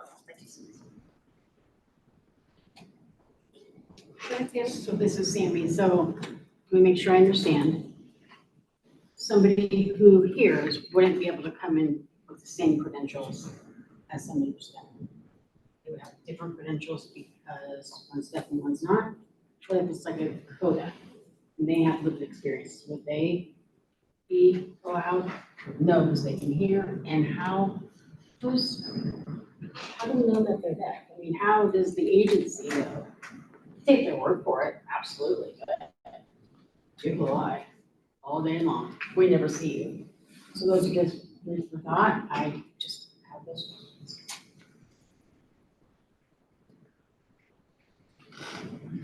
Go ahead. I know when we talked about that last time, about the line part, we had said that the letters of rec should be the sufficient evidence of, yes, this is a deaf interpreter that I work with or a consumer of.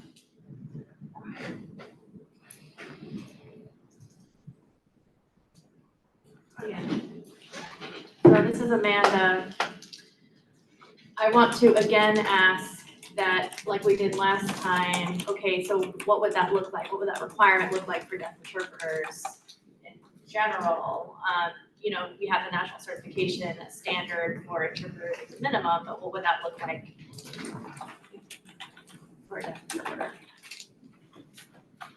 Sam? Sorry, Amber? It happens often. My sister's name is Amanda. I grew up being called Amanda. I want to go back to this is Amber Paul speaking.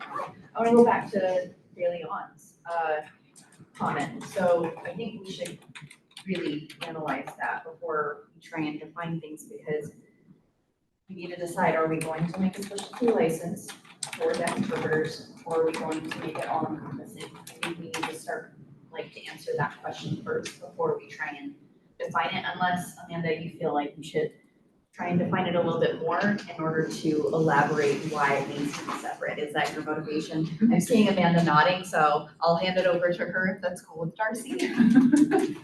Yeah, so this is Amanda. Yeah, I think that we have kind of a belief system or a narrative that they are different, but we haven't actually defined that they are. And so if we can define what would qualify a deaf interpreter, then we can see, is it really different or is it not different? As opposed to, we think it's different, it's different, but we haven't actually said anything that's different. Yeah. Thank you.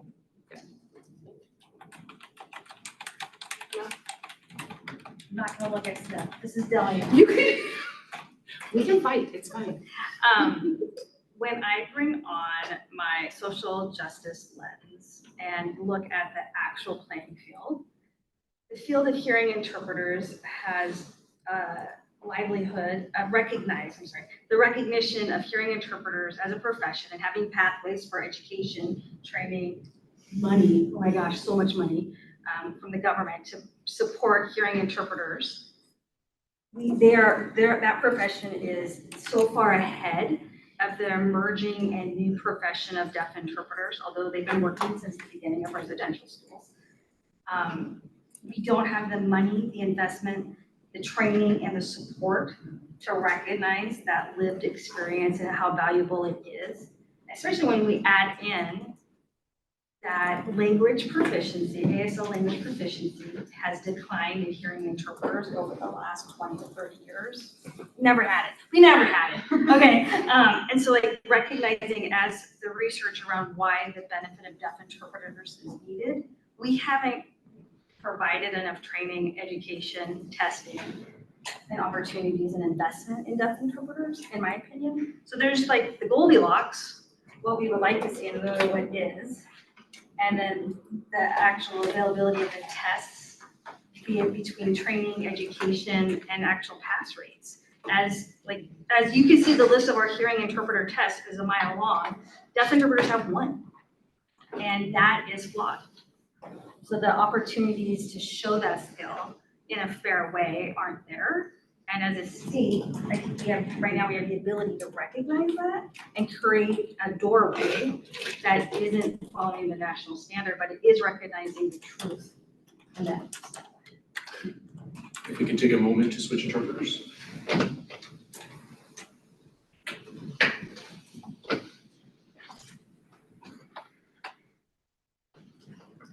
This is Amanda. You good?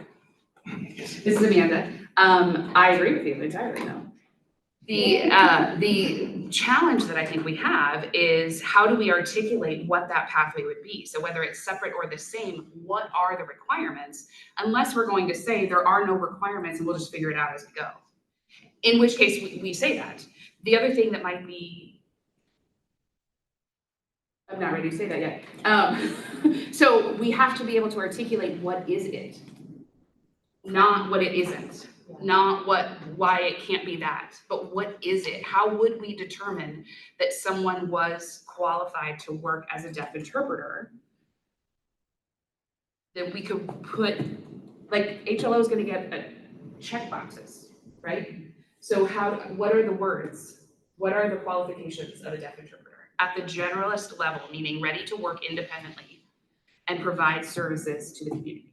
What are their qualifications? And how would we evidence them? Sammy? This is Sammy. That's literally what you did last week. I just didn't put deaf interpreter and really have to. That's all the things you guys wanted for, I heard. Yeah. So unless this is changed or I got it wrong. That's what this is. And like I said, unless it's changed and I got it wrong. Where should deaf go? Well, I left that out because I feel, I wanted to hear you guys say that it will be different. You can't be a hearing interpreter to get a deaf interpreter license. I want to hear that on the record. Amanda? So this is Amanda.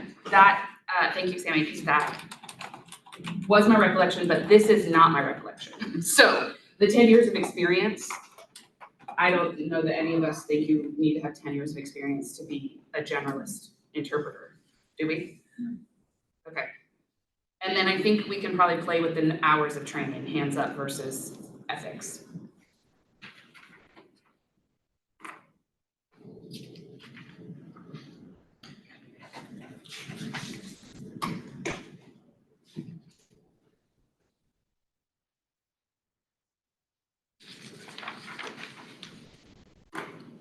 I'm a Amber, were you first? Who's first? Oh, I didn't see your hand. No, all good. It was just a Yes. quick comment. Caitlin speaking. The 10 years of experience will be illegal in a couple of years. Because if they've been interpreting for 10 years, so let's say 20 years from now. If they've been interpreting for 10 years and they only have a provisional for 5 or 6. Yeah, you're right. I don't think we should put that in, we shouldn't have. Yeah. For now it works, but in 10 years it won't.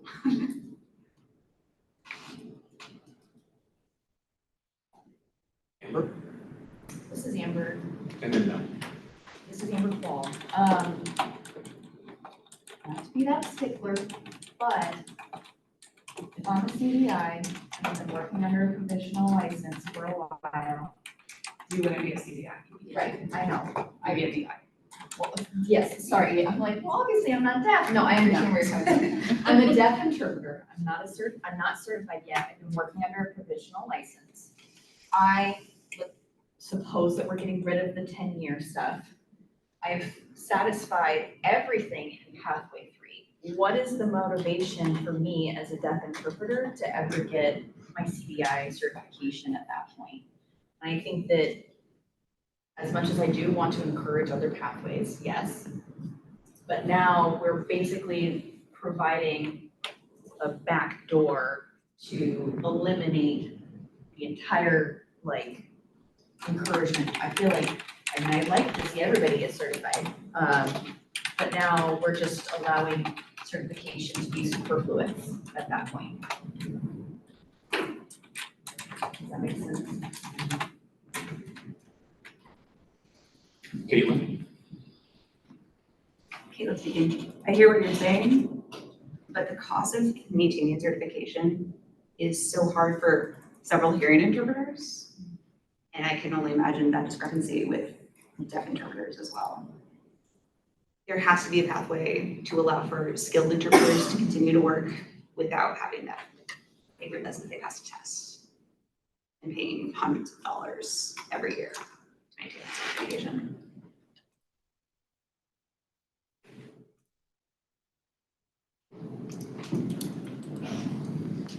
Do you want to say anything? You still think you're Darcy? Yeah, still. Hey, friends. I'll buy you some more time. The things I've heard from up and coming newer deaf interpreters is also opportunity. Like, as a hearing interpreter, I could probably easily work 25 to 40 hours a week if I just put my shingle out, right? Like, I'm gonna get inundated with work. versus a deaf interpreter. And because when I think of deaf interpreters, I'm usually thinking of Portland, Salem, Medford, right? We still have to grow deaf interpreters in the rural parts of our state where they can really benefit other deaf people. So if I think of Eastern Oregon, Bend, Alpine, all of that stuff, the actual opportunity to gain the skills and the abilities are gonna be so low that the paying for the test isn't gonna pay out, right? Like, it's not gonna happen. And so the people, to answer false comment about getting the certification, for those interpreters who are making this their full-time profession, that will be incentive. The people that I'm thinking of too that are growing as deaf interpreters, potentially, aren't gonna be able to have this as a full-time. It's impossible. There's just not the hours to support them and to have it be a livelihood. It's not gonna pay out. But there are deaf interpreters that have unique skills and ability that we must keep doorways open for them to work in our field. We have deaf interpreters that have been working for 5, 10, 15 years who cannot pass their certification test for whatever the reason is. And as we know, all tests are flawed. So we have to, like, my priority is to keep that door open. Because as Darcy has said, we have 5 certified deaf interpreters in the state. 2 of them are not working full time. So we cannot, there's no way that those deaf interpreters can fill the work that's out there. We have to keep a pathway for those people to work in medical. That's my priority, is medical. And then legal, the courts fly people in all the time, but that would be great too. The harm we will do if we don't do that is minutes. So I don't have any other way to say that, like, it has to happen. So how we want to look at that to the documentation part of that, I think we just need to agree on it and know that the people that this is their profession are probably going to lean towards towards certification, because they want to work in other states, and it is enough for them to get a livelihood. And those are going to be in our most metro areas. We have to recognize the rest of the state. Sammy? This is Sammy. So under pathway 3, here's what I've heard. Big B, little a, big B needs to be a licensee, journalist or a supervisor, the license holder. Remove the casted performance exam, but leave the knowledge. So the knowledge will be a requirement in this pathway. And Amber and Amanda said remove 10 years, and Caitlin said don't. No, I said yes, do. Yeah, Yes, 100%. So keep little b. Right, okay.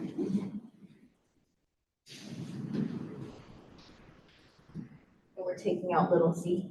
Wait, can we have that said again, please?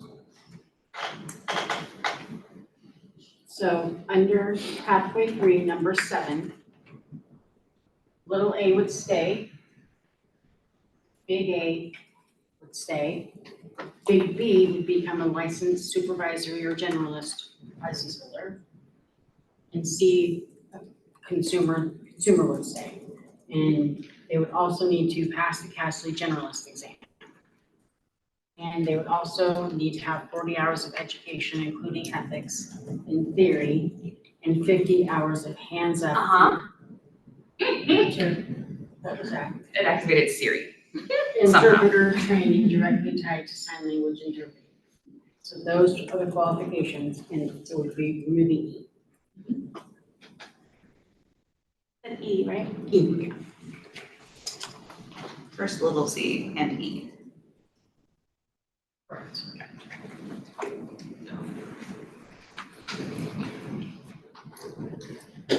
No?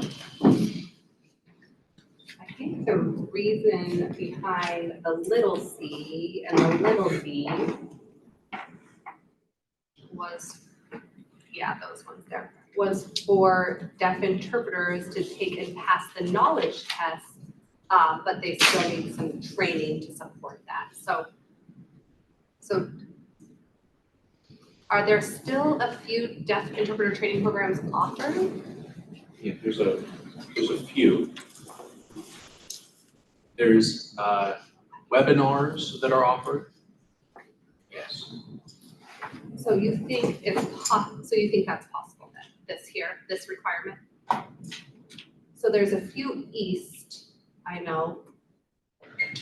NTIB, Florida has one, some sort of certification, like a little cute 60-hour certification for deaf interpreters, and then 50 hours of hands-up interpreter training. Do you think we need both of those aspects? Or what do you think about that? Do you remember, Amanda? Amanda? So this is Amanda Smith. I feel we discussed we wanted both of them, the CASLI, the ethics and the processing. We needed both of those.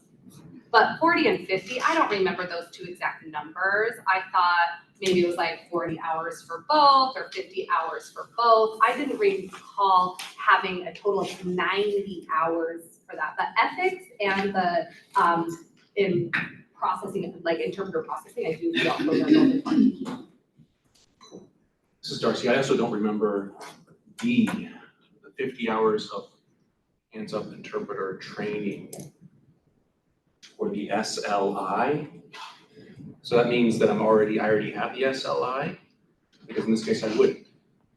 So I'm concerned, I wonder why SLI is part of that requirement.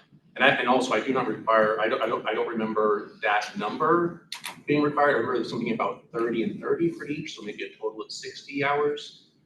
I'm not sure on those numbers. So, Sammy? This is Sammy. So SLI doesn't mean license, it means sign language interpreting.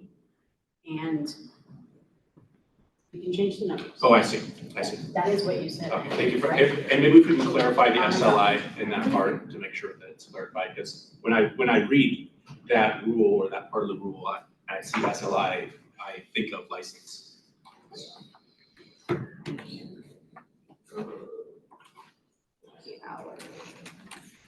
And yes, Amber. Wait, is it Amber? Amber Paul. So two things. I'm gonna go ahead and forget. Oh, okay. So for little b. So that term ends up, I'm wondering if we can replace it with something more official and not in quotations, maybe practical or something.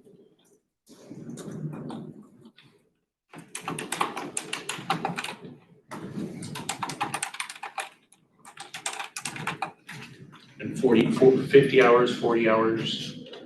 I'm sorry, this is Darcy speaking. We could say 40 or 50 hours of interpreting,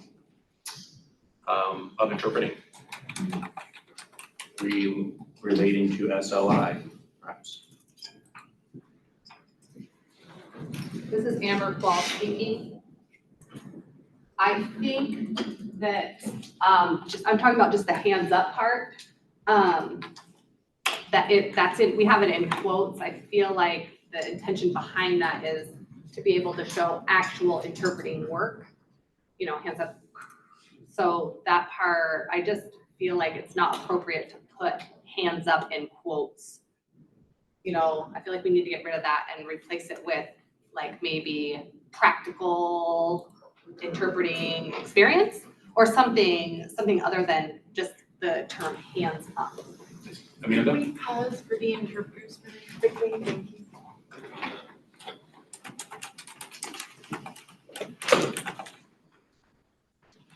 This is Anita. I think I like the idea of 30-30 for those categories. I wonder if we could say something like 30 hours of like meaning transfer training or interpreter training, including meaning transfer, or interpreting process training, because it's not just process though, it's actually doing it, like the meaning. You said something about meaning earlier, like meaning-based or something, like meaning-based interpreter training? Transfer. Yeah. Meaning transfer.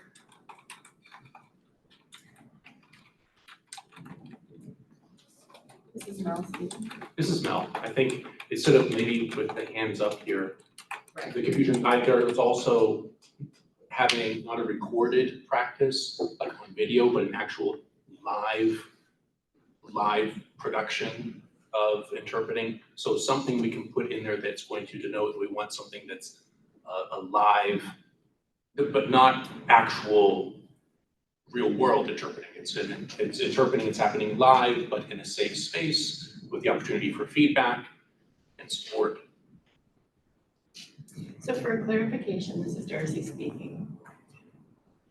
I think I would like to clarify that Pathway 7 is heavily focused on people who already have the interpreting skills in their skill set. Not still in training, but interpreters who already have developed these skills. For example, CODAs, children of deaf adult, or deaf interpreters. Those are two good examples of people who already have the signing skills or who have been interpreting for a while. It could be working with somebody who's deafblind or somebody who's proficient in another sign language, not just ASL. So I'm thinking specifically of One moment, please. actually, thank you, somebody who has actually been interpreting. Yes. No. And not practicing, but actually interpreting. Yeah, and I'm speaking of people who are not in training, but who have actually been working as interpreters. This is Amanda. So I think, I wonder if this is how the years of experience got in here.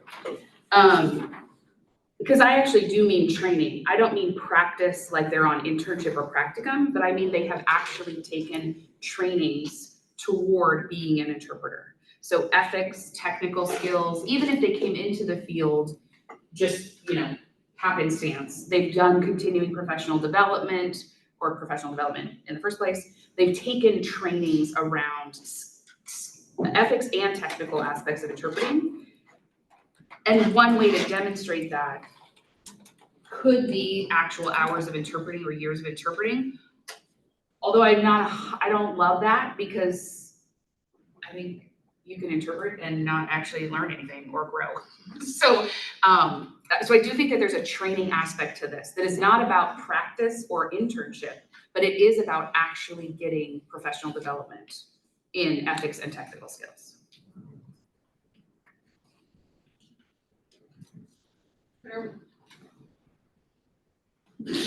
Delion or? This is Delion. If I understand correctly, meeting this requirement would require to practice. You have to demonstrate that time has been spent in growth, in practice, development. And now, so because I'm applying for a generalist license, that means that I have been going through that training and through that growth. Once I've satisfied those requirements, I'm ready to apply for a generalist license. So these requirements show the steps that I've taken to be prepared to get the generalist license and work independently. That's what these steps demonstrate. So maybe it's meeting the provisional license requirements. This is Lori Harrison. I agree with that, but if we're gonna have that somewhere, it should be in provisional because we are not requiring any other interpreters in any other pathways to have professional development in these areas. So why would we do that for our deaf applicants? That was me, Amanda. I'm coming at you, Lori. I may be the only one. This is Amanda. I may be the standalone. I'm used to being the only one. This would also apply to hearing interpreters who don't meet the other credentials. Well, why do we want them as a generalist then? Why would they not be probationary? If they weren't yet certified? Is that what you're saying? If they still need the skills, they shouldn't be applying for a generalist license. Okay, then I might be misunderstood Mel, because Mel was saying, you're demonstrating you have done these things in order to apply for the generalist. This isn't required after you're a generalist. This is required to become a generalist. So you have to have demonstrated either you are credentialed or you have taken this professional development toward skills, ethics, you've taken the knowledge exam, you have letters of recommendation from people who have experienced your work. And then all of that together is saying, I qualify to get a generalist license. The alternative pathway.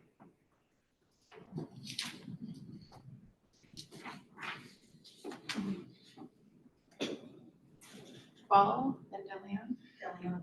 I think my little brain hurts because while I like this for deaf interpreters and maybe a coda,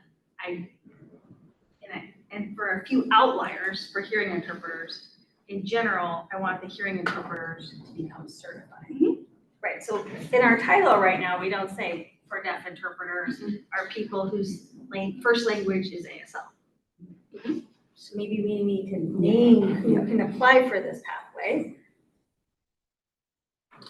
But NISA has a hand up, those ones. NISA has their hand up as well. This is Paul speaking. That's exactly what I was gonna say too. I think that with the intent of going into what's been written here, it needs to be changed. I don't think that this is an appropriate means for a hearing interpreter to go through, and so it should be defined as such.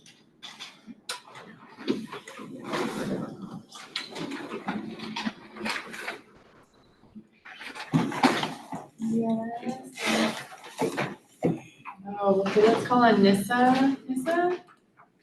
Okay, this is Nissa Vaughn speaking. I was trying to think of what we said, and so I looked back at my notes. For the 30 on 30 that Amanda was talking about, because I remember discussing it first two meetings. It was like 30 training, like actual developmental training, and 30 observed with feedback interpreting. It was like it had to be observed, not just interpreting. That's what my notes said. Hopefully that helps.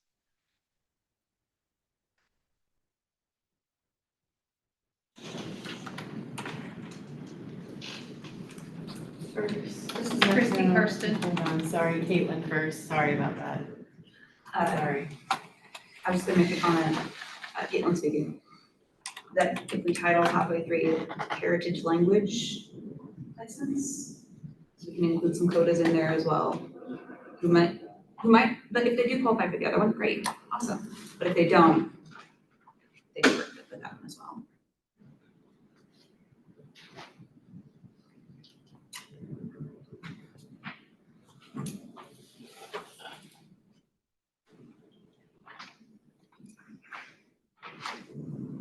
This is Christy Kirsten. Nissa, did your notes capture, did we define observed by who to provide that feedback? This is Nissa. Observed by a peer with higher certifications. So observed by another deaf individual or a certified hearing interpreter. It was just with higher certs is what it said. Thank you.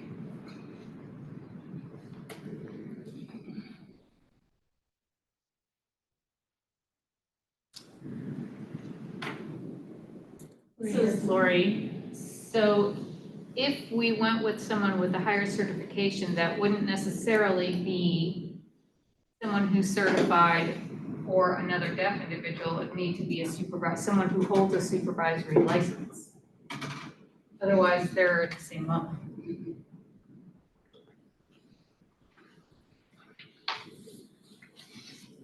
And that's harder.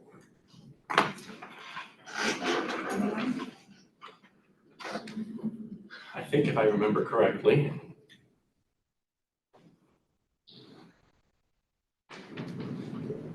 We're trying to also include interpreters whose certification might have lapsed, or for whatever reason, life circumstance happened, they didn't maintain their certification. If I remember correctly, that was part of the discussion.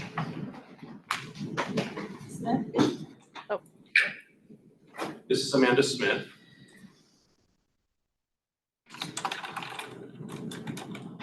And I understand I'm perhaps alone in this, but why not leave pathway 3 open to anyone who qualifies under pathway 3 and let the system work it out with complaints or resolutions or whatever.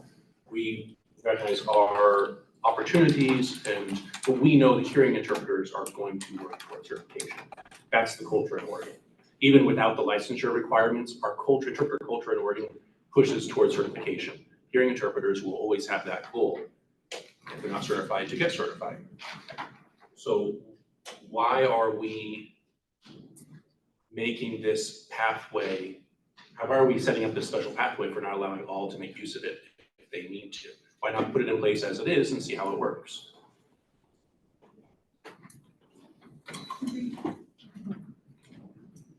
Yes, Sammy? This is Sammy. If you want to require something, you gotta put it. I know people just aren't honest.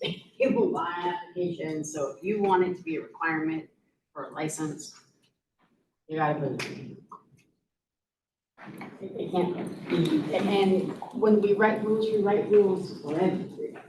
So it's not an adaptation for a couple codas. I don't know how that will even possibly work. So if that's what you want, you're gonna have to tell me how that would work. Logistically. So this is Amanda. Sammy, I'm just gonna say it in English. I think I'm saying exactly the same thing. So what I'm saying is this would apply to everyone, and whoever could qualify under it would qualify under it, and we would let the system work how it works, grievances, whatever would be the case. Culturally, the way that we talk about it in our field, hearing interpreters are going to get credentialed. Like that is going to be what happens. I don't think that there's gonna be a ton of people taking advantage of this pathway. But they could, they absolutely could. And the system would work itself out. So this is Sammy. So I heard that we were gonna move this pathway to a deaf interpreter only, and now I've heard to leave it. What would you like? This is Darcy speaking.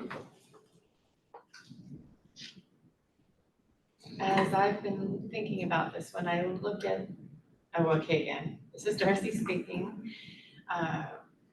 When I think about the provisional license, the requirements, it's a minimum of 40 hours of ethical training.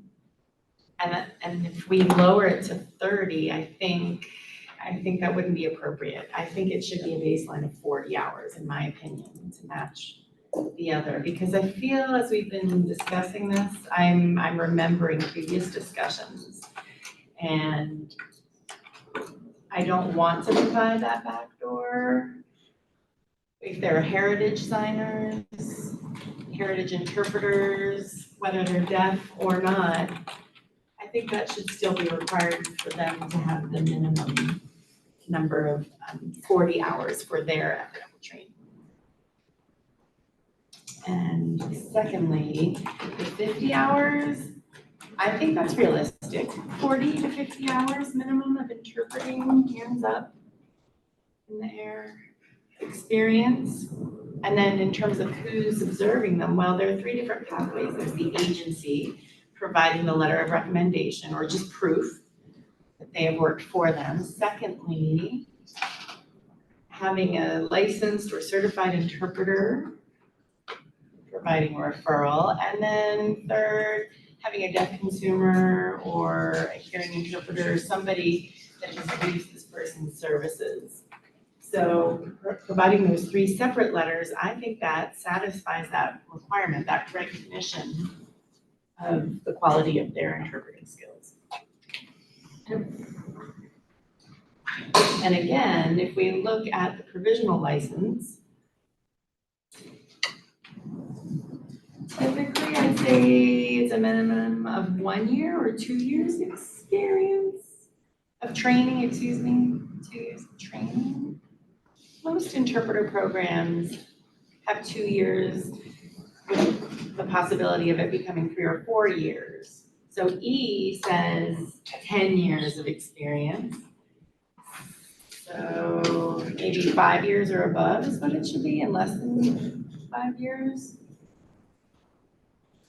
It says 50-hour minimum, which conflicts with the 10 years experience when I look at what's written in there now. We could pause for the interpreters to switch.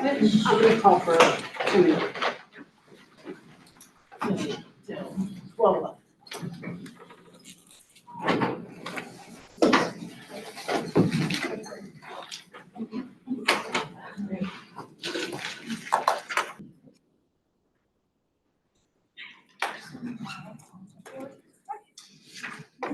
Okay. So this is Sammy. Let's circle back to pathway 3 and leaving it under the regular generalist, and that's something you guys want to do. And we do want to do it. Same, we have another conversation going on. I'm sorry, do you want to change it? All right, this is Paul. I was not listening. Can you confirm something with me? Is Colleen still on the board? She's still on the board? Okay. Sorry. Choose a chair.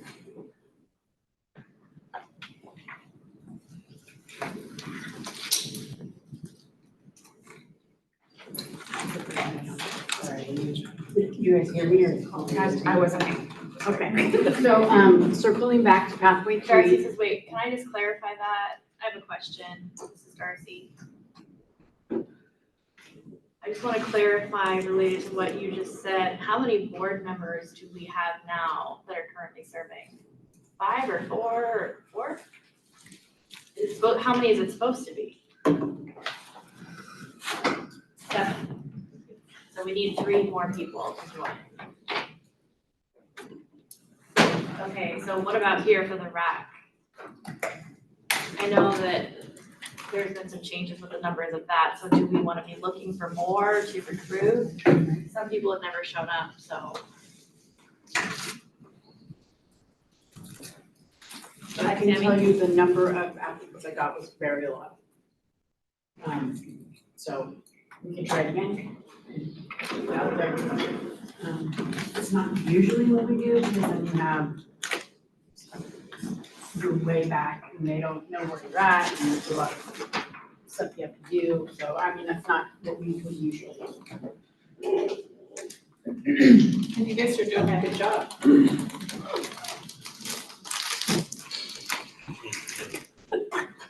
Thank I'm you. not trying to leave it, but. Okay, go ahead, Amber Qual. Or? Yes, okay.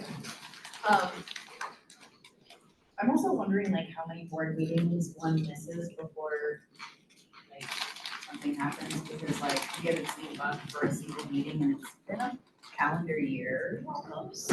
So like, are we just okay with having that spot be completely filled and not available to somebody else who might actually show up? I don't mean to sound harsh, but also like, I would love more deaf representation so we don't have to continuously tokenize Darcy over here. I don't know what the proceedings are for. It's not, we wouldn't normally have somebody come on board after we've had 7 meetings. I'm sorry, did you say that again? We wouldn't normally have a new member come on board after we've had 7 meetings. Okay. That wouldn't be a normal thing, but a RAC isn't a requirement either. And there's no policy or rules or laws about how many you can attend and how many you can't attend before you get kicked off. That's more in the board arena and the governor's office. Is there a cap to how many people we have on the RAC? No. Could we introduce another person into this committee without eliminating other persons? It's something we can consider. Well, this is for the public. If you're deaf and interested, please feel free to join us in the RAC committee. We would love to have you. It was say I put out 2 different communications throughout for getting applicants, and I only got 2 applications. I'm one of those in person. One is Sharpie. One was black. And then another lady, but the other lady wasn't.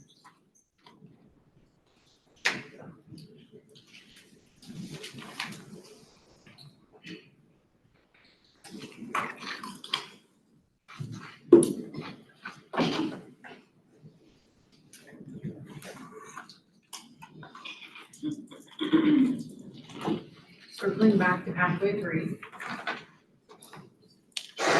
Do you want to leave this under the regular generalist license? And if you do, is there other changes you want to make? Darcy?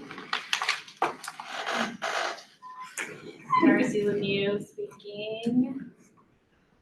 I think that we keep all for pathway 3, keep everything there, keep the 40 hours, excuse me.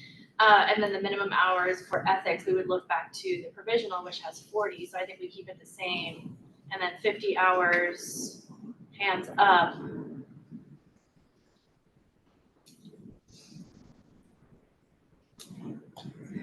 Interpreting. And when we go back and we look at provisional, those are for students who have graduated from interpreter training programs, and they're still kind of in training, but that has a minimum of 40 to 50 hours. Maybe depending on their region where they live. Excuse me, no, let's try keeping both to 50. And then the last 10 years of interpreting experience, we could get rid of that. That way, again,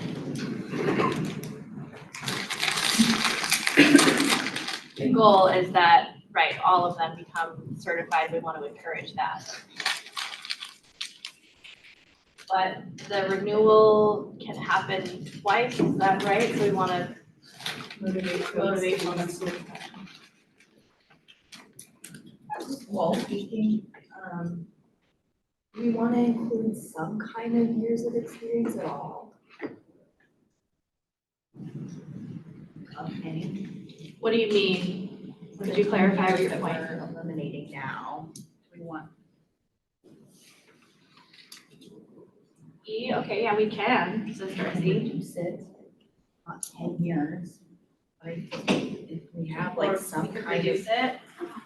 If we have some kind of like, something to show you're working, not certified, but you're working, you have years of experience. I would like that. For a generalist, not provisional, but for a generalist. Yeah, what do you feel? We have generalist years, and then they transfer into supervisory, and years of experience, just to copy that. What does everyone else think? And it's below that renewal period time frame too.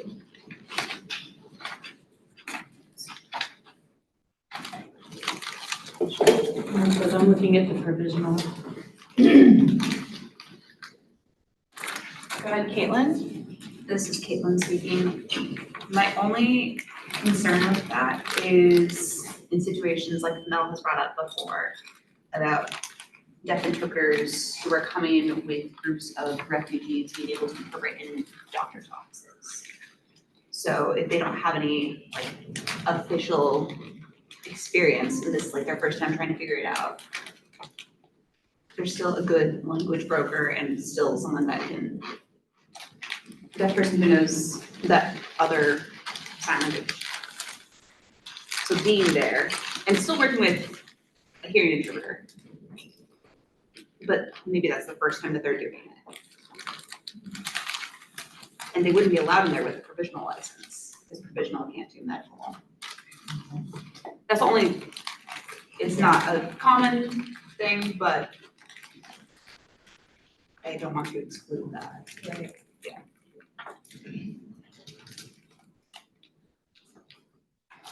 and this is Amber, Wall Amber, switch my name up, and that's fine, like, I don't know, maybe we should have a completely different avenue just for deaf interpreters, because it's like, the provisional license is so highly restricted in where you're able to go and interpret. And if you push those same limitations on where you can go and interpret to a deaf interpreter, it's just, that's the part that I think is really tough, and it doesn't work. So I want them to still continue to get the right qualifications and everything, but also I do agree that deaf interpreters who are not yet certified should be able to go in medical settings, especially ones that we have with a lot of experience for. So, I don't know. So this is Sammy circling back. Under pathway 3, are you going to keep the pathway 3 and regular generalist? And if you do, are there changes that you want?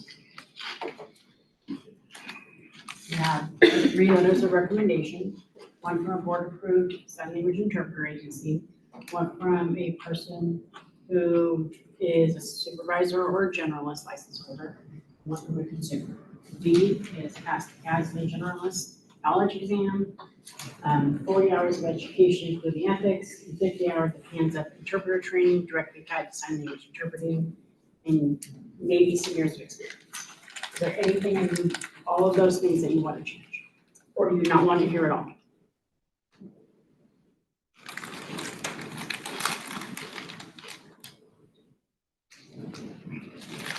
This is Lori, I'm happy to lead it. One moment.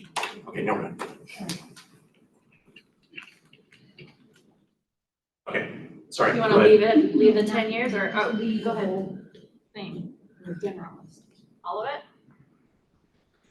Including the 10 years, right? Or get rid of that? Well, I second that.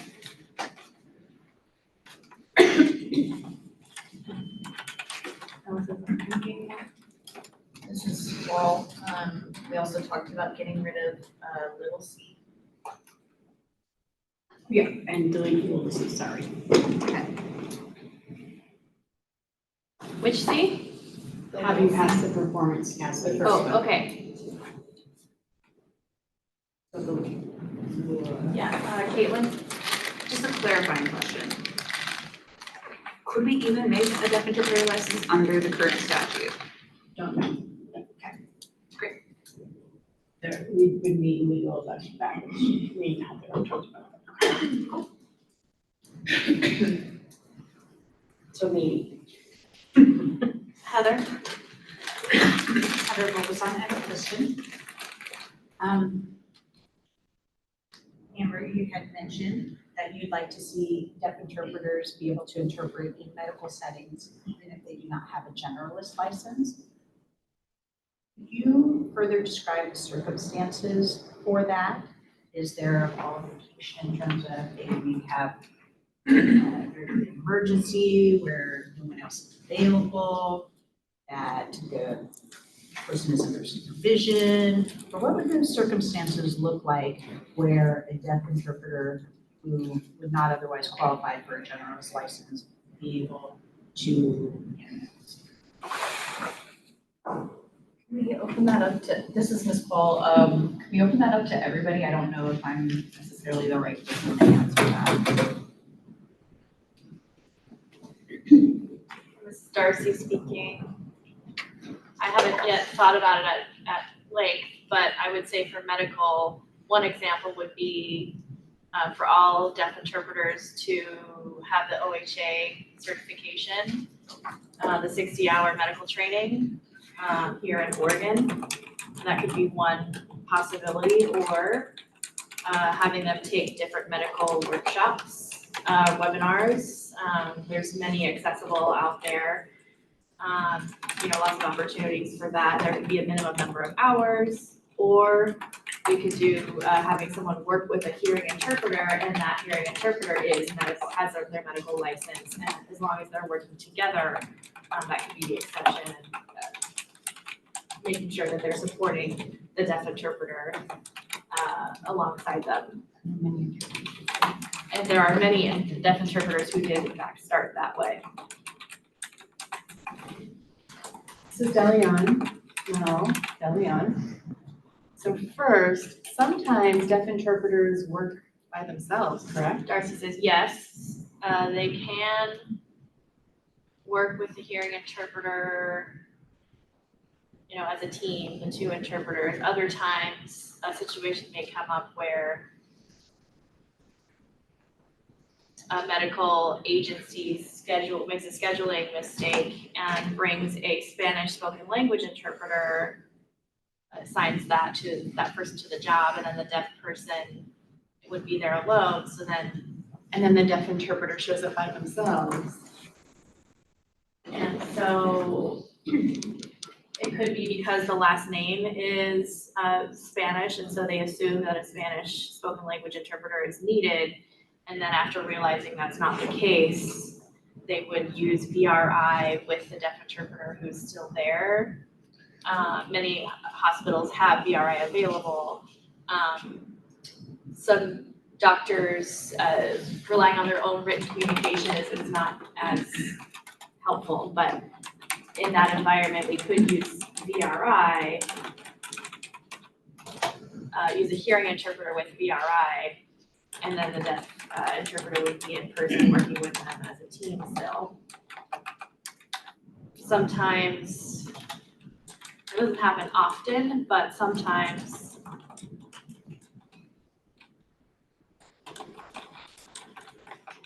there's a transcript on screen and the interpreters could work with that. But it's rare, but it is another option. Just for temporary, for an emergency situation, that can happen as well. This is Delion saying, well, deaf interpreters then would read the captions? Is that how that would work? Darcy's nodding. Yeah, I just wanted to clarify for. And so that means for the deaf interpreter who is signing, they would be, then the person doing the transcription would be watching what's being signed and then writing that and so forth. Delion, Heather, can you repeat your question? This is Heather Vogelsong. So I'm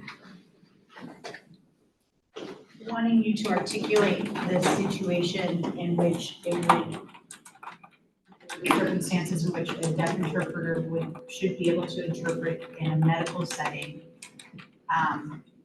or legal setting, if they do not have a generalist license.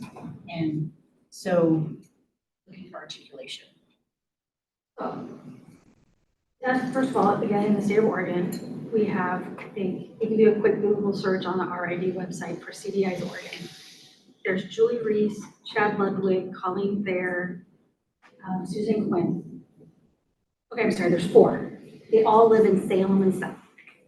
So the Portland metro area, which is our biggest deaf population in the state of Oregon, has 0 certified deaf. So currently, in those settings, we are using deaf interpreters who are not certified. It has been happening in practice for many, many years, and they have a standard process and protocols for that. So really, any medical situation where a deaf person first chooses and says they would like to have the benefit of a deaf interpreter because they are native signers. 98% of our hearing interpreters are not native ASL users. Often when somebody who is deaf is dying and their cognition is down, we would utilize a deaf interpreter. Minors don't have strong language proficiency because their parents are hearing and they don't have language on board at a proficiency level to participate in a CPS investigation, a legal investigation, sex abuse exam. Any of those situations, we'd often utilize deaf interpreters. As a hearing interpreter, in my professional judgment, if I cannot establish communication with the deaf person based on my language deficiencies, I would ask and request a deaf interpreter. Deaf people who are immigrants, who don't have standardized American Sign Language. Any of those pieces of a deaf person who may have what we now call language deprivation syndrome, which means language acquisition didn't happen in the normal developmental benchmarks between birth and 8, and their executive functioning has been impacted, and they might show more like somebody with a learning disability. I would say a lot of deaf people could benefit from a deaf interpreter. We don't have enough. we're in a huge shortage. I use them in the educational setting when I have a deaf student who, that is the preferred mode of communication. So post-secondary settings use deaf interpreters. Did that answer that? That does, Okay. and I'm gonna have to go back and hear that again because that was a lot. I think my filing's up, sorry. If I could try to summarize a little bit. Like we do interpreters, so it's really quick to voice in my face. Also Natalie, or Natalie has her hands up. Can you hear me now? Yes. Okay, great. Yeah. Yeah. So I just wanted to add, to what Mel was saying, and in regards to having a deaf interpreter help during medical situations. And I agree. I feel like, there are situations where we need to have a CDI available just to make sure that that communication happens. And what we have done, sometimes what we do at the hospital is like, we try to have an in-person interpreter available, but as an American Sign Language or hearing interpreter available. But if that's not the case, then those interpreters work with a VRI, the video relay interpreter as well, to provide that interpretation for the patient. We just wanted to, to add that, that is what we need to do. So it would, from our perspective, from the medical side, when we need to provide that service to the patient, we would, really appreciate to have an interpreter that could provide that service to bridge that gap in communication.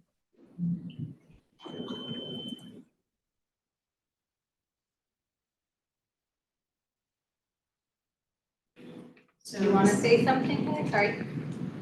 Thank you. So this is Heather Vogelsong. So to summarize, so when a deaf person chooses to have the benefit of a deaf interpreter, and in those situations where the deaf person does not have the language proficiency to be able to otherwise communicate with a hearing interpreter, and that determination is made by the certified interpreter.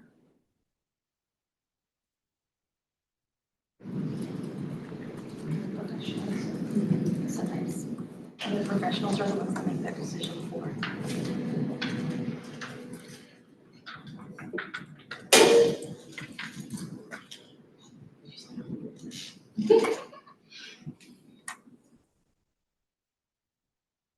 And continuing, for medical settings, beneficial to have the OHA certificate along with the 60 hours of training, other workshops, webinars. Is that more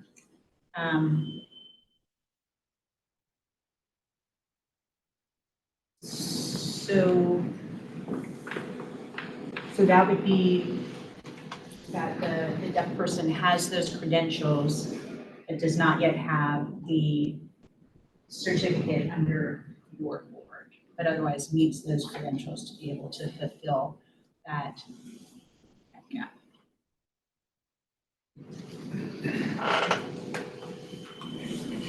Hold on, let me. I don't remember whose hand was raised. It wasn't clear. Is it in regards to what she just said, Amber?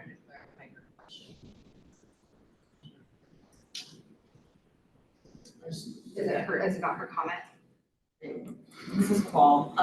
Heather, I just wanted to clarify your question because I feel like we're kind of going around it.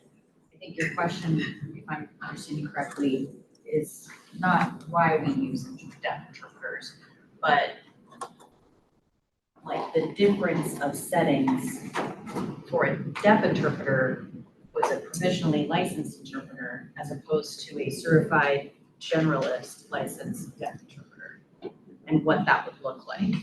Am I misunderstanding that? Is that your original question? Because I thought that. Hey, it's Krista. Just give me a call.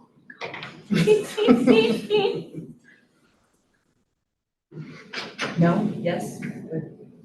So, this is Heather Vogelsong. So one dream, as the RAC is considering qualifications for the generous license and looking at this pathway 3. So if a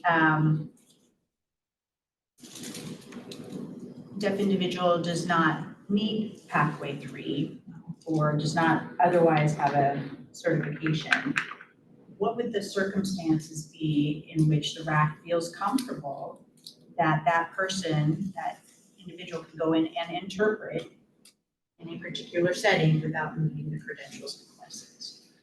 Are there certain circumstances where that would be allowed because the circumstances require it?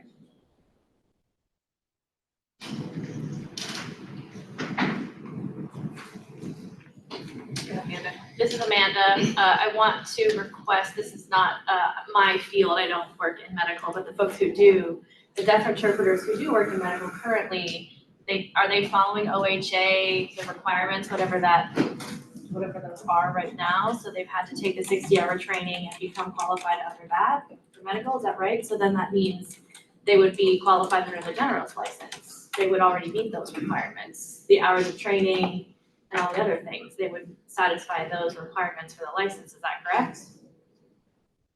So for a deaf interpreter to get their medical certification, it requires the ASLPI of 4 or above, proof of interpreting, I think it's a minimum of 2 or 3 years, I believe, I don't remember exact number, but there is a minimum for that. And then a letter from a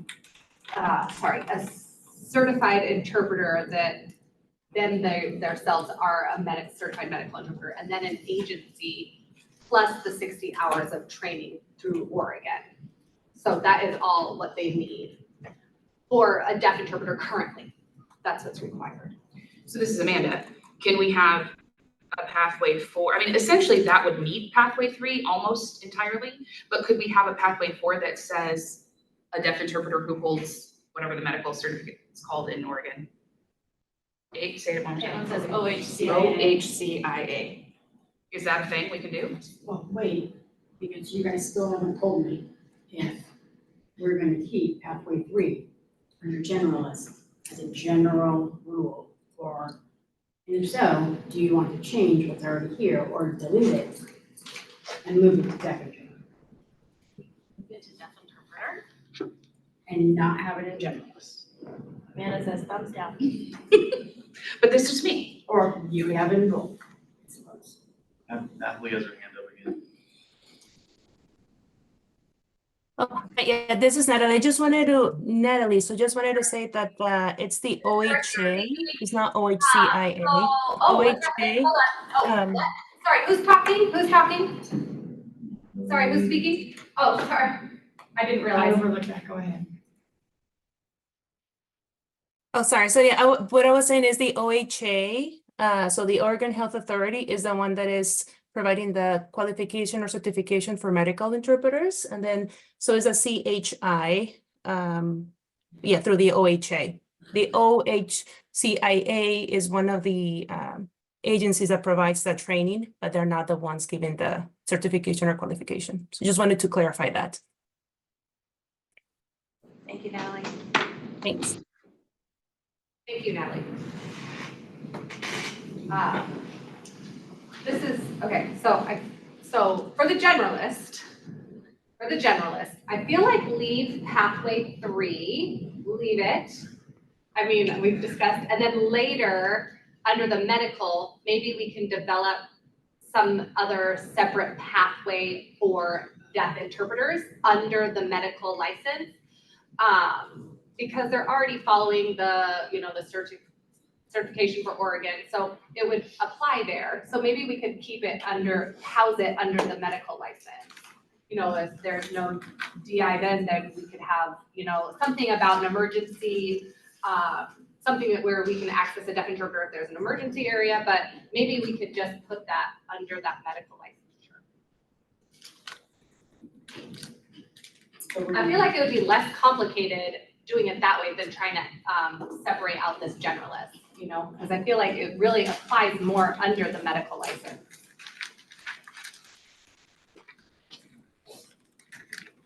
No. This is Mel, but deaf interpreters don't only work in medical settings. They work in general settings as well. So to back up, for a deaf interpreter to apply for medical licensure, they would have to satisfy the requirements for generalist first. Right, they would go this pathway. But I want to ask what your opinion is on what we're seeing here, if you feel like that is appropriate for both hearing and deaf interpreters, what's written here.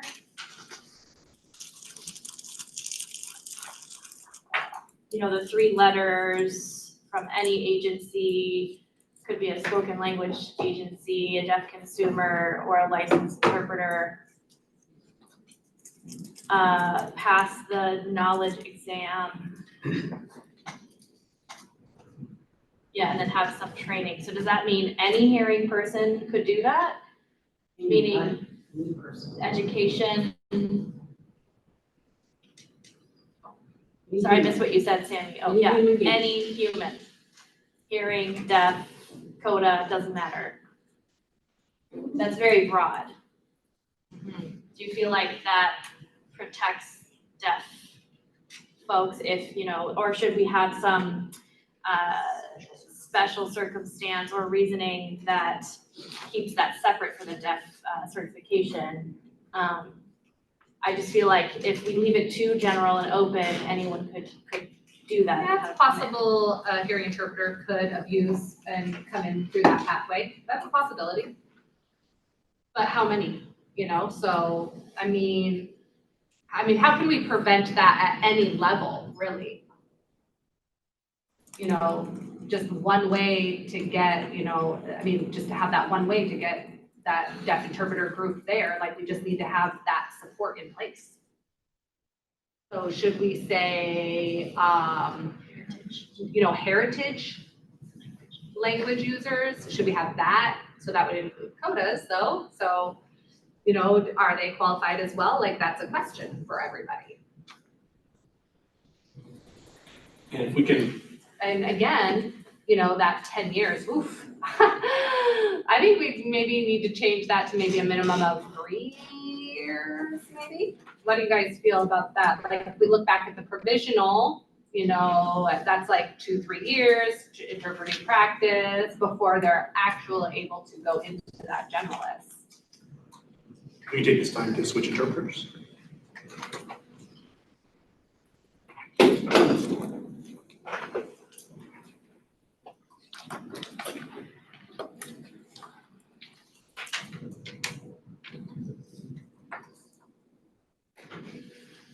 and Amber, Qual? While speaking, I have a concern as a for myself. When we don't have a certified deaf interpreter who can come in to a medical appointment with a deaf consumer who absolutely needs to have a deaf interpreter, a language specialist. But I have other deaf people who can operate in that function who are not yet certified, who are not yet at the 40-hour educational mark or the 50 hours of active interpreting. I am wary that I cannot use those interpreters who are provisionally licensed because they can't get the generalist license yet. And deaf interpreters are so incredibly unique in that way that they can go into specialized settings. So I'm just a little concerned about the provisional license as it pertains to deaf interpreters and limiting them because they're not going to be able to have a generalist license, which would allow them to be in medical settings. So I don't know, I don't have a solution. I'm just like raising the concern that there are deaf interpreters that I could be using in medical settings that won't be able to come into an exam room because they can only get a provisional license. Does that make sense? Yes? This is Lori. This might be a very unpopular thought, but I think the whole intention of having licensure for interpreters, hearing and deaf, is to increase the skill set of the people in the community for the deaf community. And if we're going to have expectations of hearing interpreters, I think we also need to have expectations of deaf interpreters, even though they may have certainly a better skill set than the hearing interpreters at a provisional level.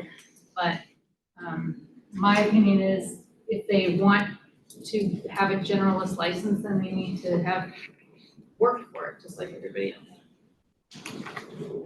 I appreciate the comment. Happily has her hand up again. Go ahead, Adam.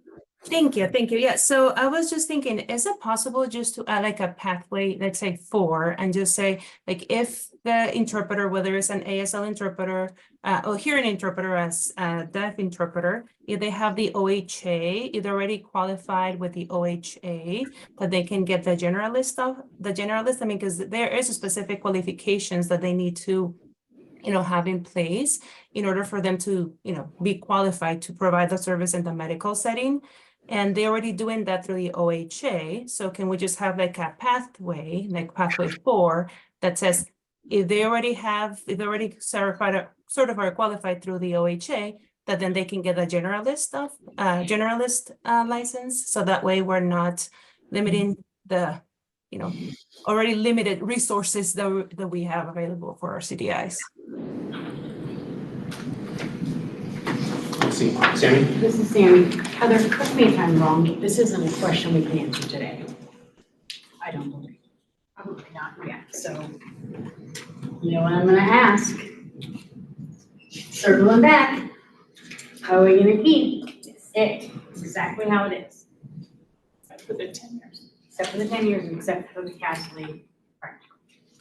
Exactly how it's written. Okay.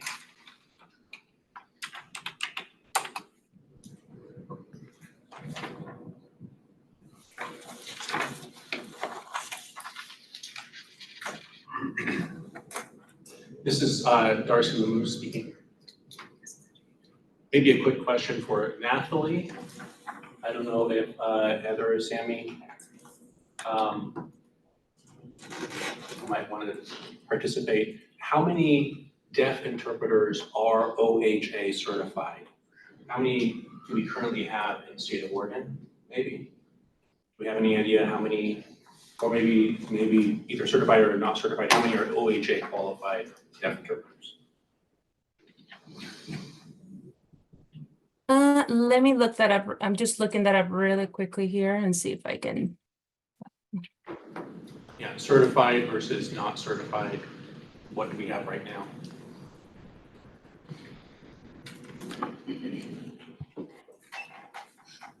It looks like, I don't really know how that makes sense.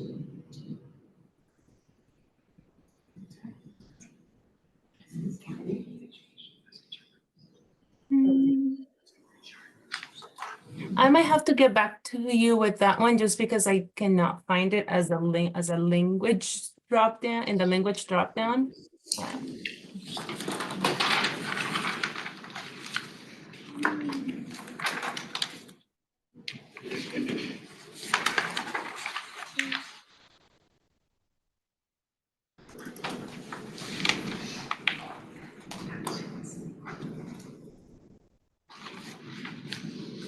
Wait, it doesn't look like it tells you if they're deaf or not. Not on what I'm looking at.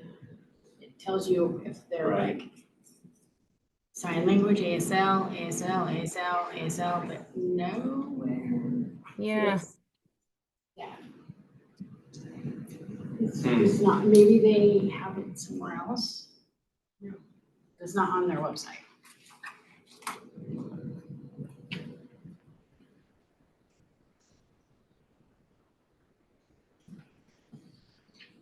Okay, that's public information, correct? Yeah. Okay, maybe I could take a look later on and see if I can find something. Thank you for checking. Lori? This is Lori, and I'm recognizing that we've got an hour left of our time, and we are basically at 11:45 on our agenda. I'm wondering if we should move to that and then the executive session that's on here.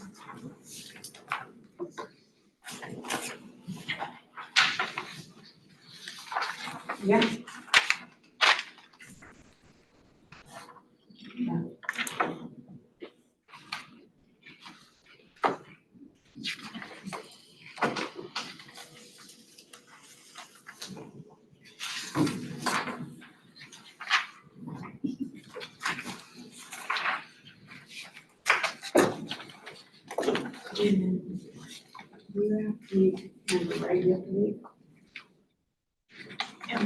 For yearly meeting.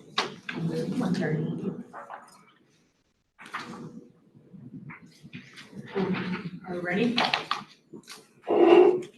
The Board of Sign Language Interpreters Rules Advisory Committee will now convene an executive session pursuant to 192-660-2S, ORS 192-355-9A, and ORS 40.225 for the purpose of considering information presented from disclosure at 1:08 p.m. on November 13th, 2024. Representatives of the news media shall be allowed to attend the executive session.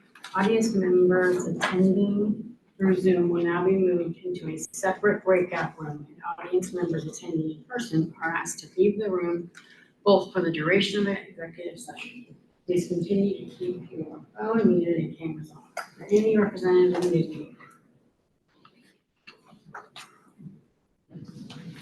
recognizing there's no news media in attendance, the public will be moved into a separate breakout room for the duration of the executive session. Please continue to keep your muted and cameras on. The committee will return to open session before taking any final action. And we are estimating it being 30 minutes. So, back to it. The committee is now in executive session. The Rules Advisory Committee will now exit executive session and reconvene open session at 1:48 p.m. No final decisions were made and no votes were taken in executive session. Public will be moved from the breakout room back into the meeting. The representatives of the media may once again report all committee discussions and actions.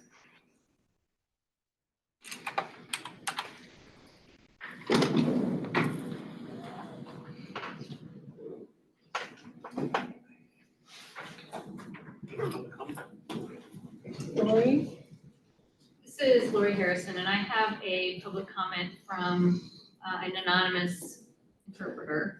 And the comment is, someone with generalist or supervisory license are permitted to work in educational settings with no education or training related to education, specifically K-12. The biggest challenges and those with the biggest potentials to do harm in K-12 is not only the signing, it's the incredibly complex boundaries with every person the interpreter encounters, the incredibly complex ethics, ever-changing responsibilities, as well as essential knowledge of language deprivation syndrome and its impact on not only language acquisitions, but academics, social skills, and more, especially for younger students.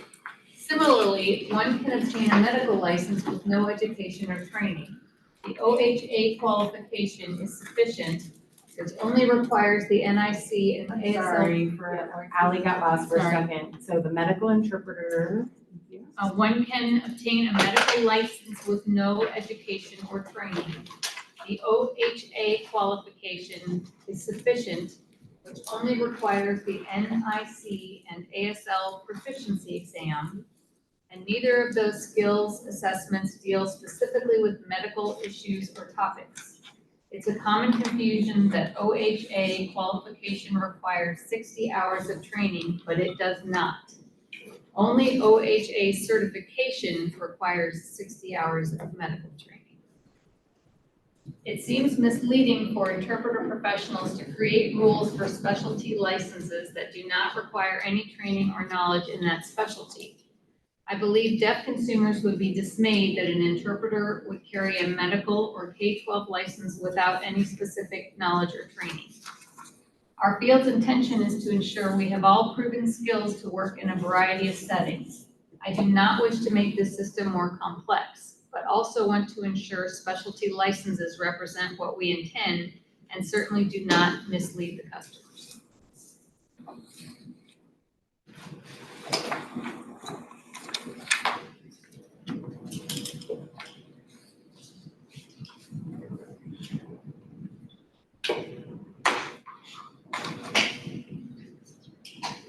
Does anybody on the call want to make comment?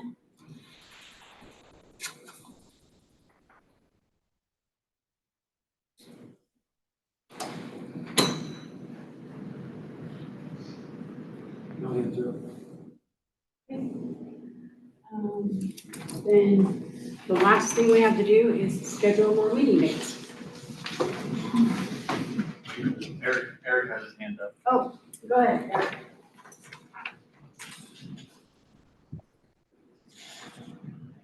Wanted to sneak one in before I jump off. I had somebody ask me to ask here, so that's why I'm passing it along. About, and I don't even know if now's the right time to talk about it, but about people who had paid for their license in this period of time of non-enforcement. And so some folks were asking, typically they had asked if they had paid for the license and it's not going to be required until July 1st now. Does that mean that there will be any consideration about waiving like a year, or will that still impact the number of times they can renew their license now because they've had their license for a whole year that hasn't, well, I guess that's been in a period of non-enforcement. So that was the question. I just didn't know if it was appropriate to ask that. Thank you.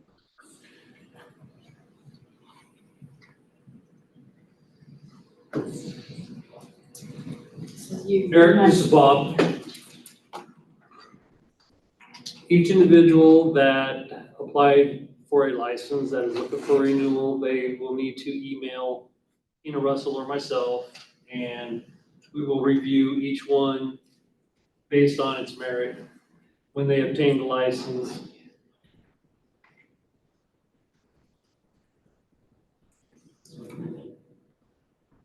And Bob, could you give me either, I think I know your email, Bob, but for those of the folks who are joining who don't know your email or Russell's, can you put that out so that way they can reach out to y'all? It's on the website. Or they can call, we can get it to them. I can email you his information, Eric. Thank you.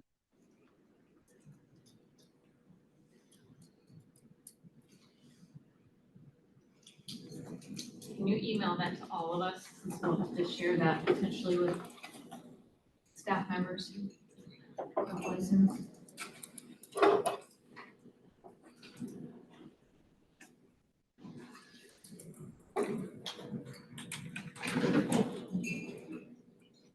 This is Christy Carson, and can you clarify what exactly are folks saying to you in regards to, what's their request? Please waive my next renewal fee, like what are they asking?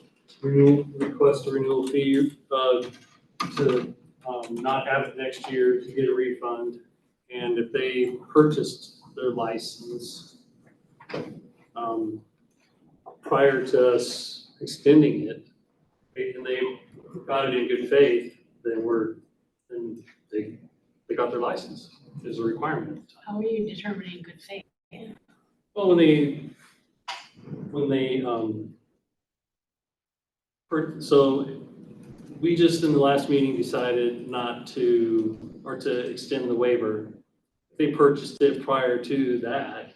The waiver isn't a requirement. The waiver is an option. You should have a license.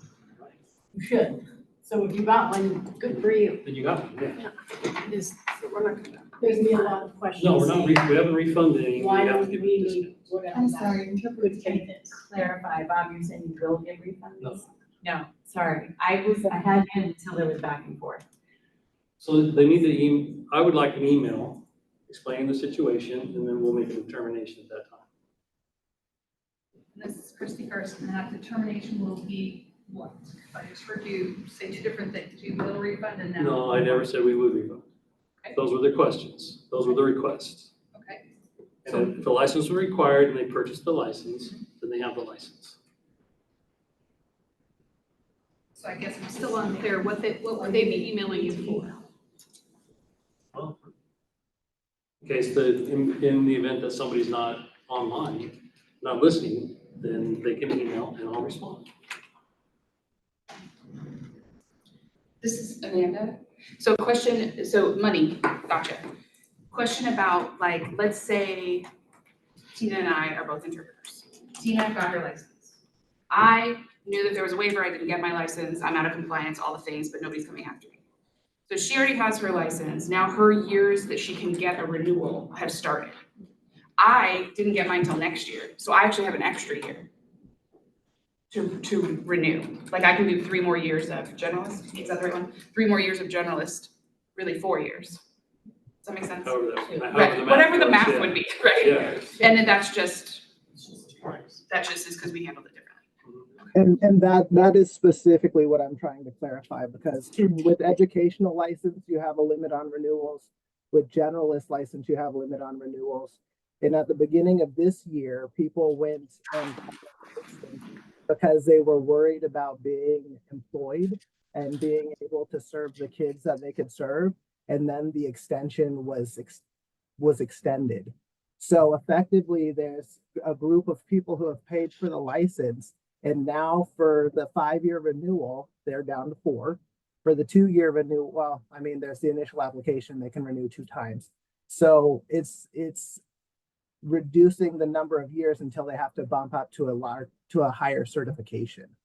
And so that, like, I understand if it's not a reimbursement or money can't go back, but that renewal is something that there's a group of people who didn't, for whatever reason, get a license, who are now benefiting from this. And there's a group who are not, and it's not equitable. And so that's why I wanted to bring it up. Thank you. People who were compliant are actually losing. Exactly. Well, they're meeting the requirements of the law. They're not losing. But there's If they a waiver qualify, in they should place. have a license. But the waiver tells them that they didn't need to have it in It place. says that it's a limited waiver on enforcement. It doesn't say this is, you Well, have to do. It doesn't say you don't have to have it. Right, it doesn't say you don't have to have it. It's just, we're not gonna go out and, you know, license, you know, we're not gonna do that. But if you qualify, you should have a license. There should be no reason that you don't. We're just not going out and saying, no, no, no. And for me, part of what our board decisions and what we're basing decisions on is the statistics from people having licenses. And so if there's been this waiver and people haven't had to, it's in. Sorry, this is the interpreter interrupting. You kind of sound like you're underwater. You were talking about the board and statistics. Okay, sorry. So what I'm hearing is like, oh, but everybody's supposed to have a license. And when we look at the statistics and the numbers that were reported at the last board meeting, it was about a 700 license discrepancy. And so what that's showing is that people are not getting their licenses because of the waiver, which affects our statistics. But I'm also hearing, but people are supposed to buy their license. We're just not enforcing it. And so there are people that are going to be negatively impacted, and there's people who are coming out benefiting by not getting the license. And so where we depend on those statistics, I think it should be mandatory that we all have our license. But because the waiver is in place, there are some people who have done it and some people who haven't. And so those people who have done it if there's this whole year-long grace period for people, I think it's equitable to, at least on the renewal caps, to give them that year back. So that way they're not going to have to pay more sooner, because they're going to have to move into a supervisory license as soon as generalist and education renewal caps. And it's time for us to change interpreters. Thank you, everybody, for all your work. Mel and Darcy are both leaving and saying goodbye. I don't know who's on, who else was online? Nissa, board members. Natalie We have Natalie and Nissa online. That's it? Quorum, no quorum. Correct. I'm not sure. Those are the only two. Has to be seven. Deanna's not there? Deanna is not.